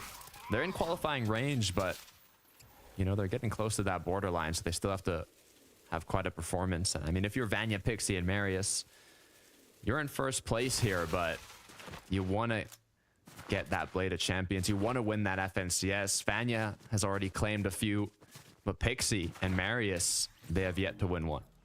But see, Vanya knows what kind of nerves start to factor in when you are this close to winning. And for Marius and Pixie, it is so easy to just start feeling that little bit of hesitation. You second guess every single one of your moves. And so this is where Vanya can really step up to the plate, really be a huge leader and control the nerves of his trio, because Frodoxy, Chino, Pablo, they're also experiencing probably a similar sensation. This is something that would just really change the narrative surrounding all 3 of these players. It's almost worse for Frodoxy, Pablo, and Chino, though, because they're kind of, like you said, playing a little different of an early game because they don't have control of Masked Meadows and now forced to kind of not be as comfortable. They were the ones sneaking around looking for those eliminations in these previous games. It's how they were getting a lot of the surge, but now kind of all eyes are on them. These opponents know where they are. They don't have as many options to sneak up on them again, and it's making it a lot more difficult for them in this last match. But they're drawing that other team so far southwest, likely because if they are going to have to fight, if you are going to have a team pursuing you for that long, you want to make sure it's as isolated as possible so you don't risk the third-party endeavor. Definitely seemed to be the intent for Frodoxy's team, but for sure an uphill battle that they're still trying to scale. Hari, Seti, Cammy, inside of Brutal Boxcars, looking for their surge damage wherever applicable. This is still a 180 performance in comparison to how Major 1 finals ended up for this trio. They're here to remind all of EU that they are still top dogs of the region. It's good to see them. It's good to see them in that top 7 in qualifying range, like you mentioned. Their major finals performances haven't been looking too hot recently. But, you know, they got uncontested, and now once again, they're part of those top teams. What I'm seeing here, it was Vanya, Marius, and Pixie, and the players that were potentially looking like aggressors was Vico and Veno, so that is not a team you kind of want to fight against. Frodoxy, Pablo, and Chino now, though, kind of just getting bullied from above. Their truck's about to explode. They're forced to take low elevation, and now just 2 builds is all that Pablo has. They are quite literally playing this match in shambles. They have to take this fight now with Chap, but Chap, he might have been a little bit overzealous here. Jumps right into the trap that Frodoxy's team had set for him. He's so incredibly low on HP. Pablo needs to find the closing shot. Svi has now rolled into the location. Canyon crossing, heating up in the span of seconds here. But Pablo, he's got no build. He just has to find the eliminations. He needs the siphon materials, whatever they can find in these final moments. They don't want it to be their last. The nerves have got to be at an all-time high here at Takata. But Pablo, Frodoxy, Chino, they're still holding it. You saw on the minimap, a full other trio is coming in for the third party, and they knock down Frodoxy. This is the worst outcome from this fight. They did the damage, but they weren't able to close it out. Frodoxy's been fully eliminated. Pablo, Chino now left as a duo. The good news is it looks like those third-partying players have disengaged. They're happy with that 1 elimination. And now Pablo and Chino have to decide. They don't really have materials to run away. They have to play it slow. They already lost one of their teammates, but they know they did a good amount of damage, as they're most likely just going to continue in shambles here. Pablo will manage to pick up some leftover body loot. Those mats can go a long way for him right now. But they definitely do not want to overexpose themselves. They're willing to wait it out. He has 2 med miss grenades. They can definitely tank a little bit of storm. All they need is for these 2 other teams to leave the area, and then they can begin trying to recoup what they've lost. it's certainly a big blow. It's got to be something that Vanya, Medius, and Pixie are keeping eyes out for in that elimination feed. But Chino and Pablo, they just have to focus on their own game. They don't have time to think about anything else. And Yanis is going to be the one who actually takes out Fredoxy. Fastroki still trying to completely cut off Pablo and Chino from leaving. You know Vanya's trio was licking their lips when they saw on the elim feed that Fredoxy went down. Have to be. But the good news is, hey, Pablo, Chino are still up. They're not in a good situation at all, but hey, they're on their feet, so still possible. They're in the zone too. It's not pulling incredibly far, but it's definitely gonna have to be a turnaround if they want to get a big game from this. Meanwhile, we look at Vanya, Pixie, and Marius, and they are just going with the flow, same as the previous matches. But they're alive and well. They're not just alive, like what we saw from Pablo. And even with Canyon Crossing having cleared out a little bit, they still have to invest so much time just refarming mats, refarming heals. Pixie, Vanya, and Marius, on the other hand, though, max material, optimal loadouts, for the most part, to carry them through these mid-game rotates, and wasting no time whatsoever at Foxy Floodgate. They're taking over. A little bit of elevation on the mountain range. They've got Cammy in their sights, but not fully committing one way or the other. They're gonna sit around and wait, see who actually comes their way. Thomas HD, from not qualifying to the finals to now being in that contention, the fight for top 7 and a spot at the Global Championship, currently being in 9th place, so they are not in qualifying range, meaning they need a solid match here, and kind of got to hope that the trios above them don't perform too well. This is just so big, though, for Panzer and Uppel especially, because Panzer and Uppel took big risks. They left their former trios that had done decently in the last major to take a chance on each other and Thomas and see, is this going to be a winning trio? Are we going to be the Blade of Champions caliber that individually everyone would look at them and say, yeah, they've got the potential, but to find themselves just outside of that Global Championship qualifying range even, it would be devastating if they can't outperform where they were last season. And I love seeing Demas, Pix, and Darm here picking up eliminations. I mean, yesterday, they only made top 15 in 2 out of the 6 matches. And today, they're looking almost as consistent as Malabuka was in day 1. They've made top 6 every single game today. I mean, talk about a comeback. They weren't even very close to qualifying range of the Global Championship, and now they're sat comfortably in 6th place. So all they have to do is have a decent performance here, and they can go from qualifying to their first ever major finals in Major 1 to now in Major 2 qualifying themselves to the Global Championship. Triple a foot, though, for Vico and Veno, still without Flixie. And Crime City, it's got company that they're not looking for with the iDrops team. But it's iDrop, he's really got to be careful here. Scroll just falling a little bit too low. Vico trying to see if he can close things out. But oh wait, just a couple moments longer. Vico and Veno have yet to find their first elimination in comparison to the Danes carrying 8 of them. But Sky, man, the moment that he fixates, he just has to worry about the team approaching from behind, and it's Malabuka's team of all trios that they're now trying to contend with.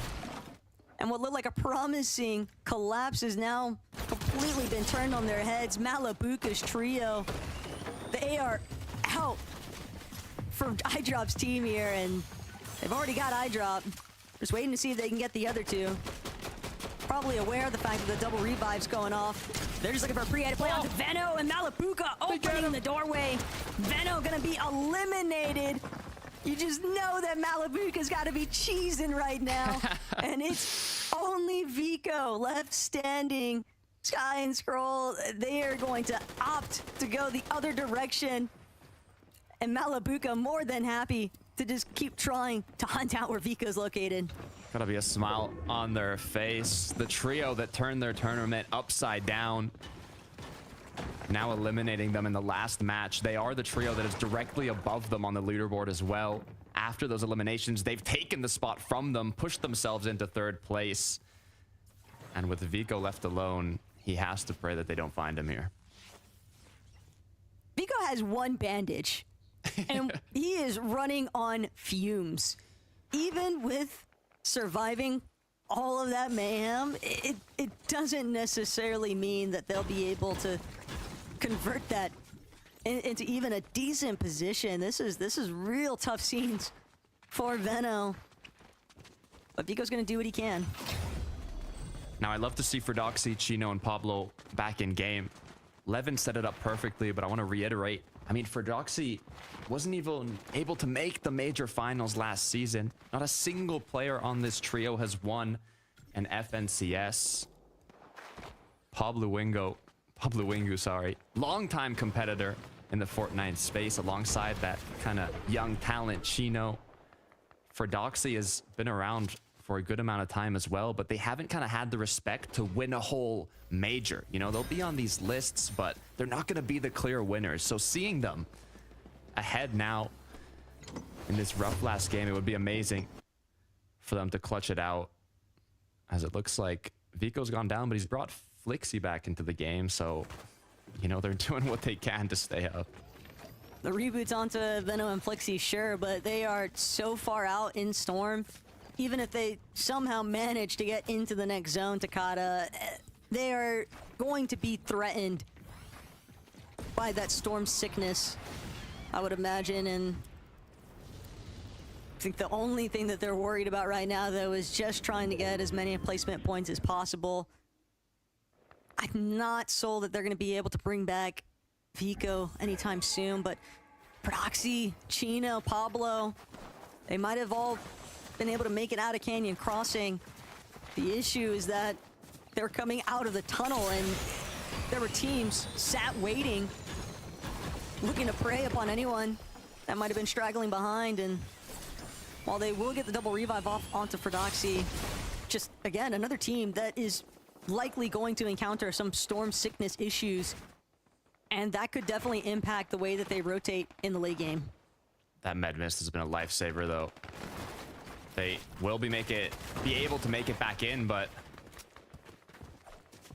that's just the start here. They're not in the best position. I mean, they are on a good uncongested side, but there is that trio right directly above them.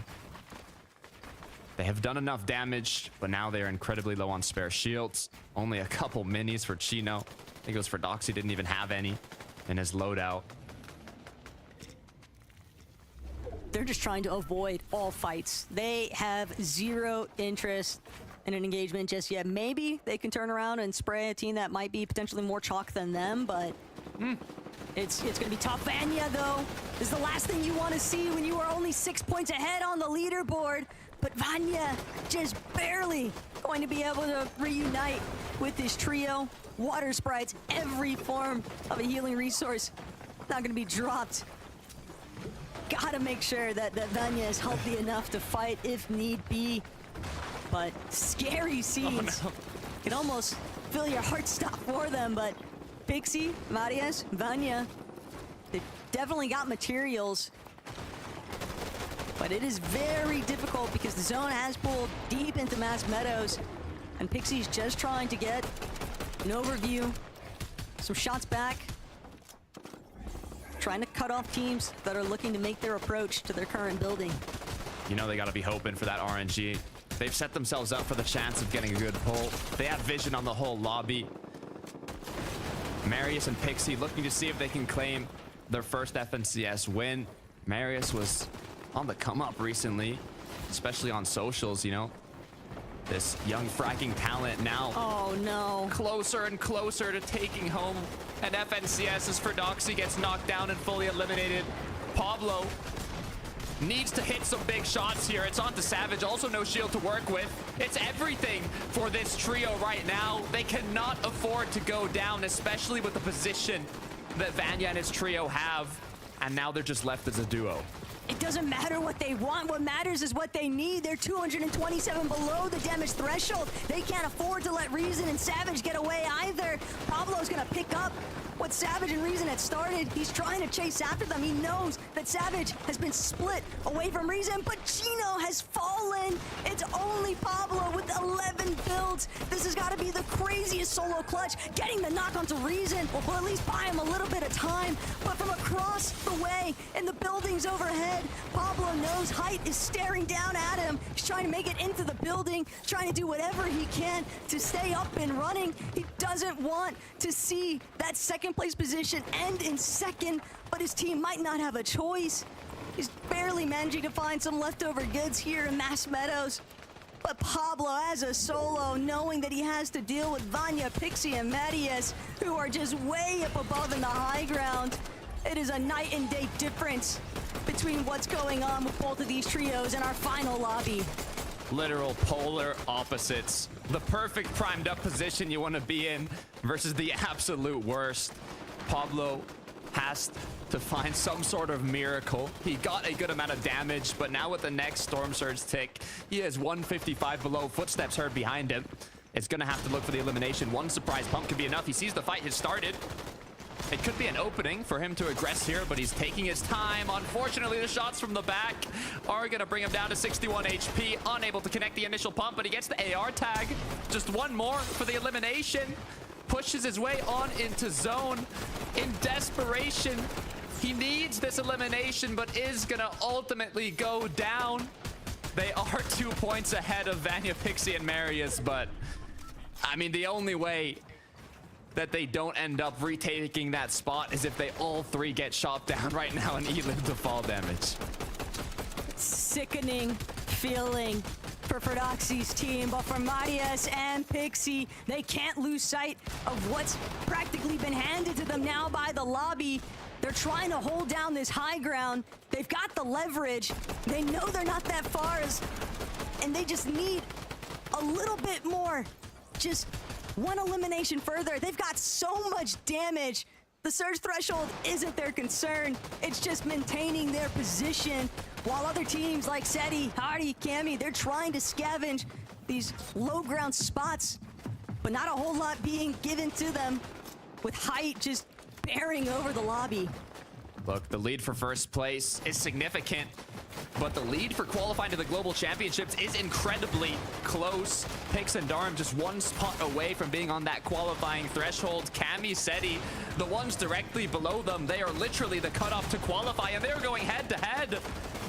One of these trios cannot go down so early if they want to maintain their spot. If they want to qualify, they have to focus up.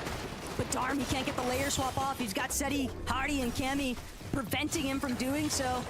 Seti, Cammy, they just want frontside low. They're gonna actually beat Pix, Darm, and Demas to the punch, and Pix, Darm, Demas now gonna get caught up with Srept, Tripper, but they might have the advantage. They're definitely willing to duke it out in the low ground, but things are getting messy here as Seti, Cammy, Hardy, they've managed to go completely unscathed into this frontside low position. They don't want to allow, they're tarping so much space. All of these builds belonging to them is going to make it so difficult for other teams to try and challenge. All the while, Pixie, Marius, and Vanya, open season from above. They're doing a great job holding on to Hype, but I got my eyes on Thomas HD, Uppel, and Panzer. They were 9th place going into this match. They are not in qualifying range, and with their opponents being inside that threshold, they need a massive match. They need a victory royale if they want to secure their spots to the Global Championship, and now is the time to strike. They know high ground has taken shots. This could be an opening for them to retake it. And Thomas even gonna opt to just chop out Height fully if he can get his hands on it. Marius, Pixie, Vanya, though, they know that they're under a little bit of heavy fire. They're checking back onto the secondary Height. Pixie gonna drop. Pixie wants to find the challenges in the mid-ground, doesn't want to allow for secondary Height to look for that opportunity for a clean chop out, but Thomas, head on a swivel, just continuously looking up, not gonna let it go for free. Eats a huge chunk of damage, though. He'll be forced to play the Chug Jug now. He's gonna wait, but Pixie, Vanya, they're the only two left standing. Pixie gonna be dropped. Vanya finds an elimination onto Cammy. He's just grabbing the body loot wherever possible, but he won't be able to get the closing shot onto Seti. It might not matter though. Vanya, Pixie, and Mattias have done enough with their current positioning on the leaderboard. Takada, even with Vanya being eliminated, now it's all down. Thomas, Oppo, Panzer, can you qualify to the Global Championship? This match is crucial. They need the victory royale. It was Darm, Demas, Pix. They were the ones above them holding the spot away. But with that massive pump from Thomas HD, now just one more shot needing to connect. They have done it. The victory royale. The question is it going to be enough points? They came into this match in 9th. A lot of the trios that were directly above them also performed incredibly well. Is it going to be enough to push themselves into that top 7? Everything is hinging upon this Game 12 performance, but Thomas, Uppel, and Panzer have finally delivered a victory royale finish, and this is the most optimal time to have found it, Takada. They needed every single point they could possibly get, and they got a good amount of eliminations to go with the win. I know they're still stressing about it. When you see that the top 2 team is going to be the one that was already above you in qualifying range, it has got to be stressful. But today, yesterday, this whole FNCS has been a roller coaster of emotions. But that concludes it for Taco and I here in the casting booth. But we still have more to break down. So let's head on over to Frankie, Levin, and Minnie. Well, it is a great honor to reveal your FNCS Europe Major 2 champions. It's Marius, Pixie, and Vanya. Let's go. Wow. Doing it for Denmark, for Ukraine, and Sweden. This is a European trio for the ages. Vanya, the only previous champion on this team. The first LAN that we'll be seeing Marius attend. And I mean, I just have high hopes for these guys, seeing them on the high ground time after time again. Levin, they really deserve this win. The 2-time for Marius, for Vanya. Marius finally getting it done for Denmark.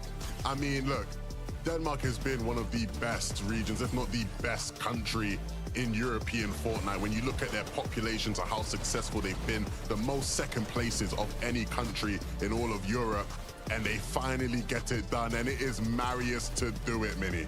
Yeah, he's finally sort of grown into the big shoes that everyone has placed for this man here. And he's always had the hype around him, Marius. He's always had that ability, but it was just about doing it in the big moments, the big clutch situations. And that's exactly what he has done today and yesterday as well. We have to mention Pixie as well. Every single member of this trio, what a performance from each individual right there. An individual FNCS winning performance all smashed together into a trio to just come up with an amazing performance over the 2 days. This is a team that we've spoken about. You spoke about it, Levin, as a team that are a little bit more calm, a little bit, you know, less understated, I guess you could say, a little bit less of a maybe an FNCS winning trio. But what they've done is they've proved us all wrong. They've been one of those teams that just have been able to play out the placements, play consistent, and shown why they deserve to be in the top spot.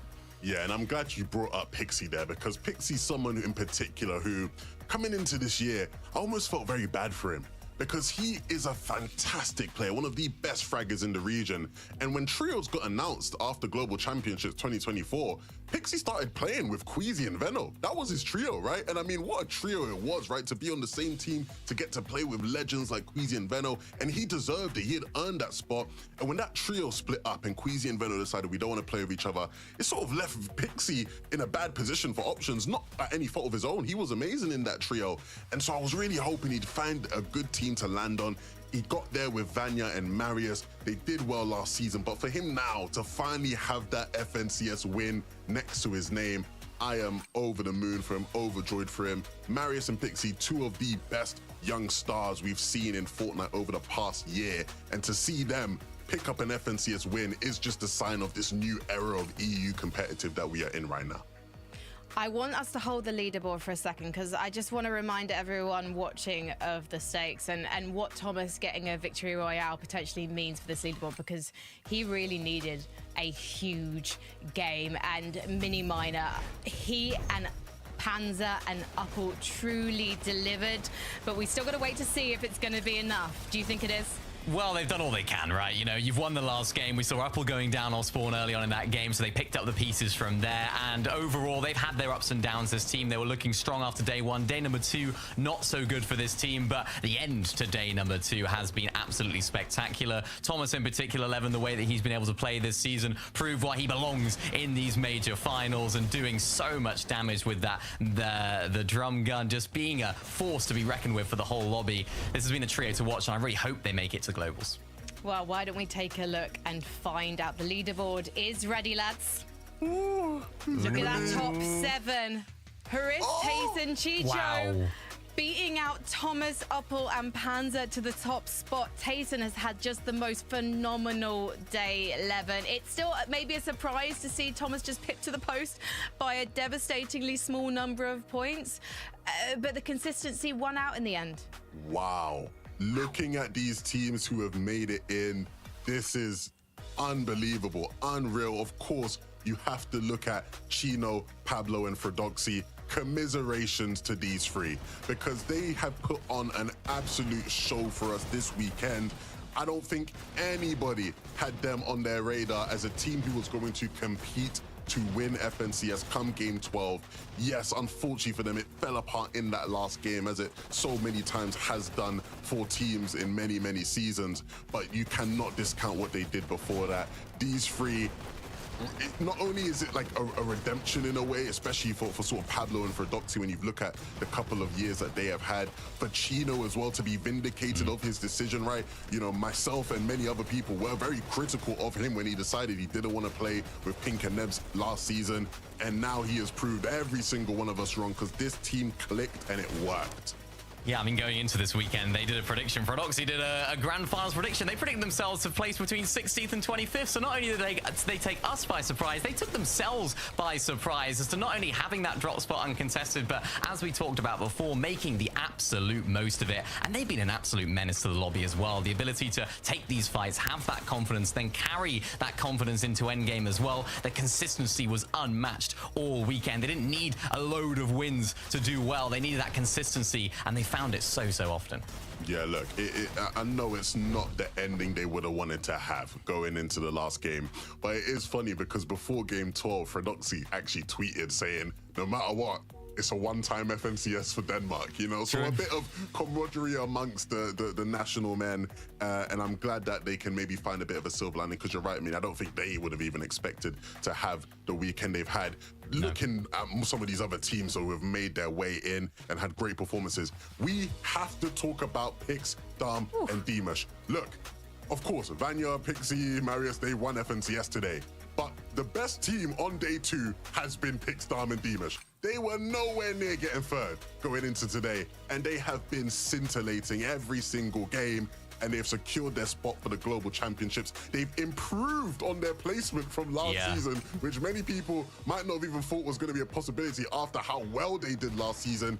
This team is not just the real deal. This team is now our best Polish team. This is, when you're looking at Polish Fortnite to come and deliver in an FNCS final, these are the 3 players you're looking at to do it.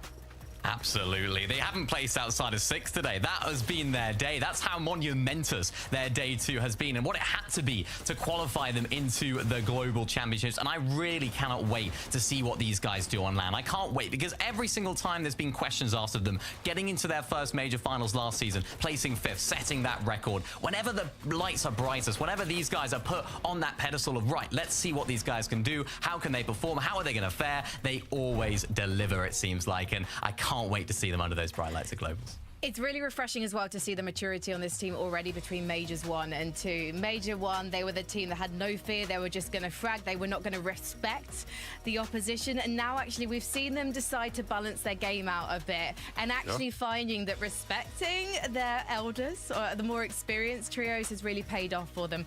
Can't wait to see how they fare in LAN. Cannot wait to see how they fare in Major number 3. So let's just check out those trios who will be heading to Lyon in in September. These are your qualified trios. We still have a few more spots up for grabs in Major 3, but all fantastic names, mini minors so far. You can see who qualified for Major 1, including across all the regions, and we've still got some spots up for grabs in regions such as Brazil and North America. Wow. Yeah, still so much up for grabs right here. I want to talk about Tayson as well. Yes, you know, we the have astronomical to. rise of that team as well. The way that they've been able to play. They switched up the drops as well, Evan, right? They switched up midway through day number 1, found some success, had the confidence then to keep on going, and their day 2 has been excellent as well. Would it be a global championship? Would it be a global competition without Tayson? At least I don't think so.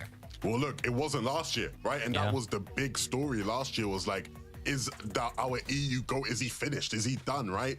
And, you know, he went over to NA, couldn't get the job done there. Finally, he's got himself a team, you know, filled with Balkan players where things seem to have figured themselves out. Tayson will be back online, another opportunity for us to show, or for him to show what he can do. Chicho was a top 5 player at Globals last year, right? And so he now gets another chance to continue to write his name in the history books.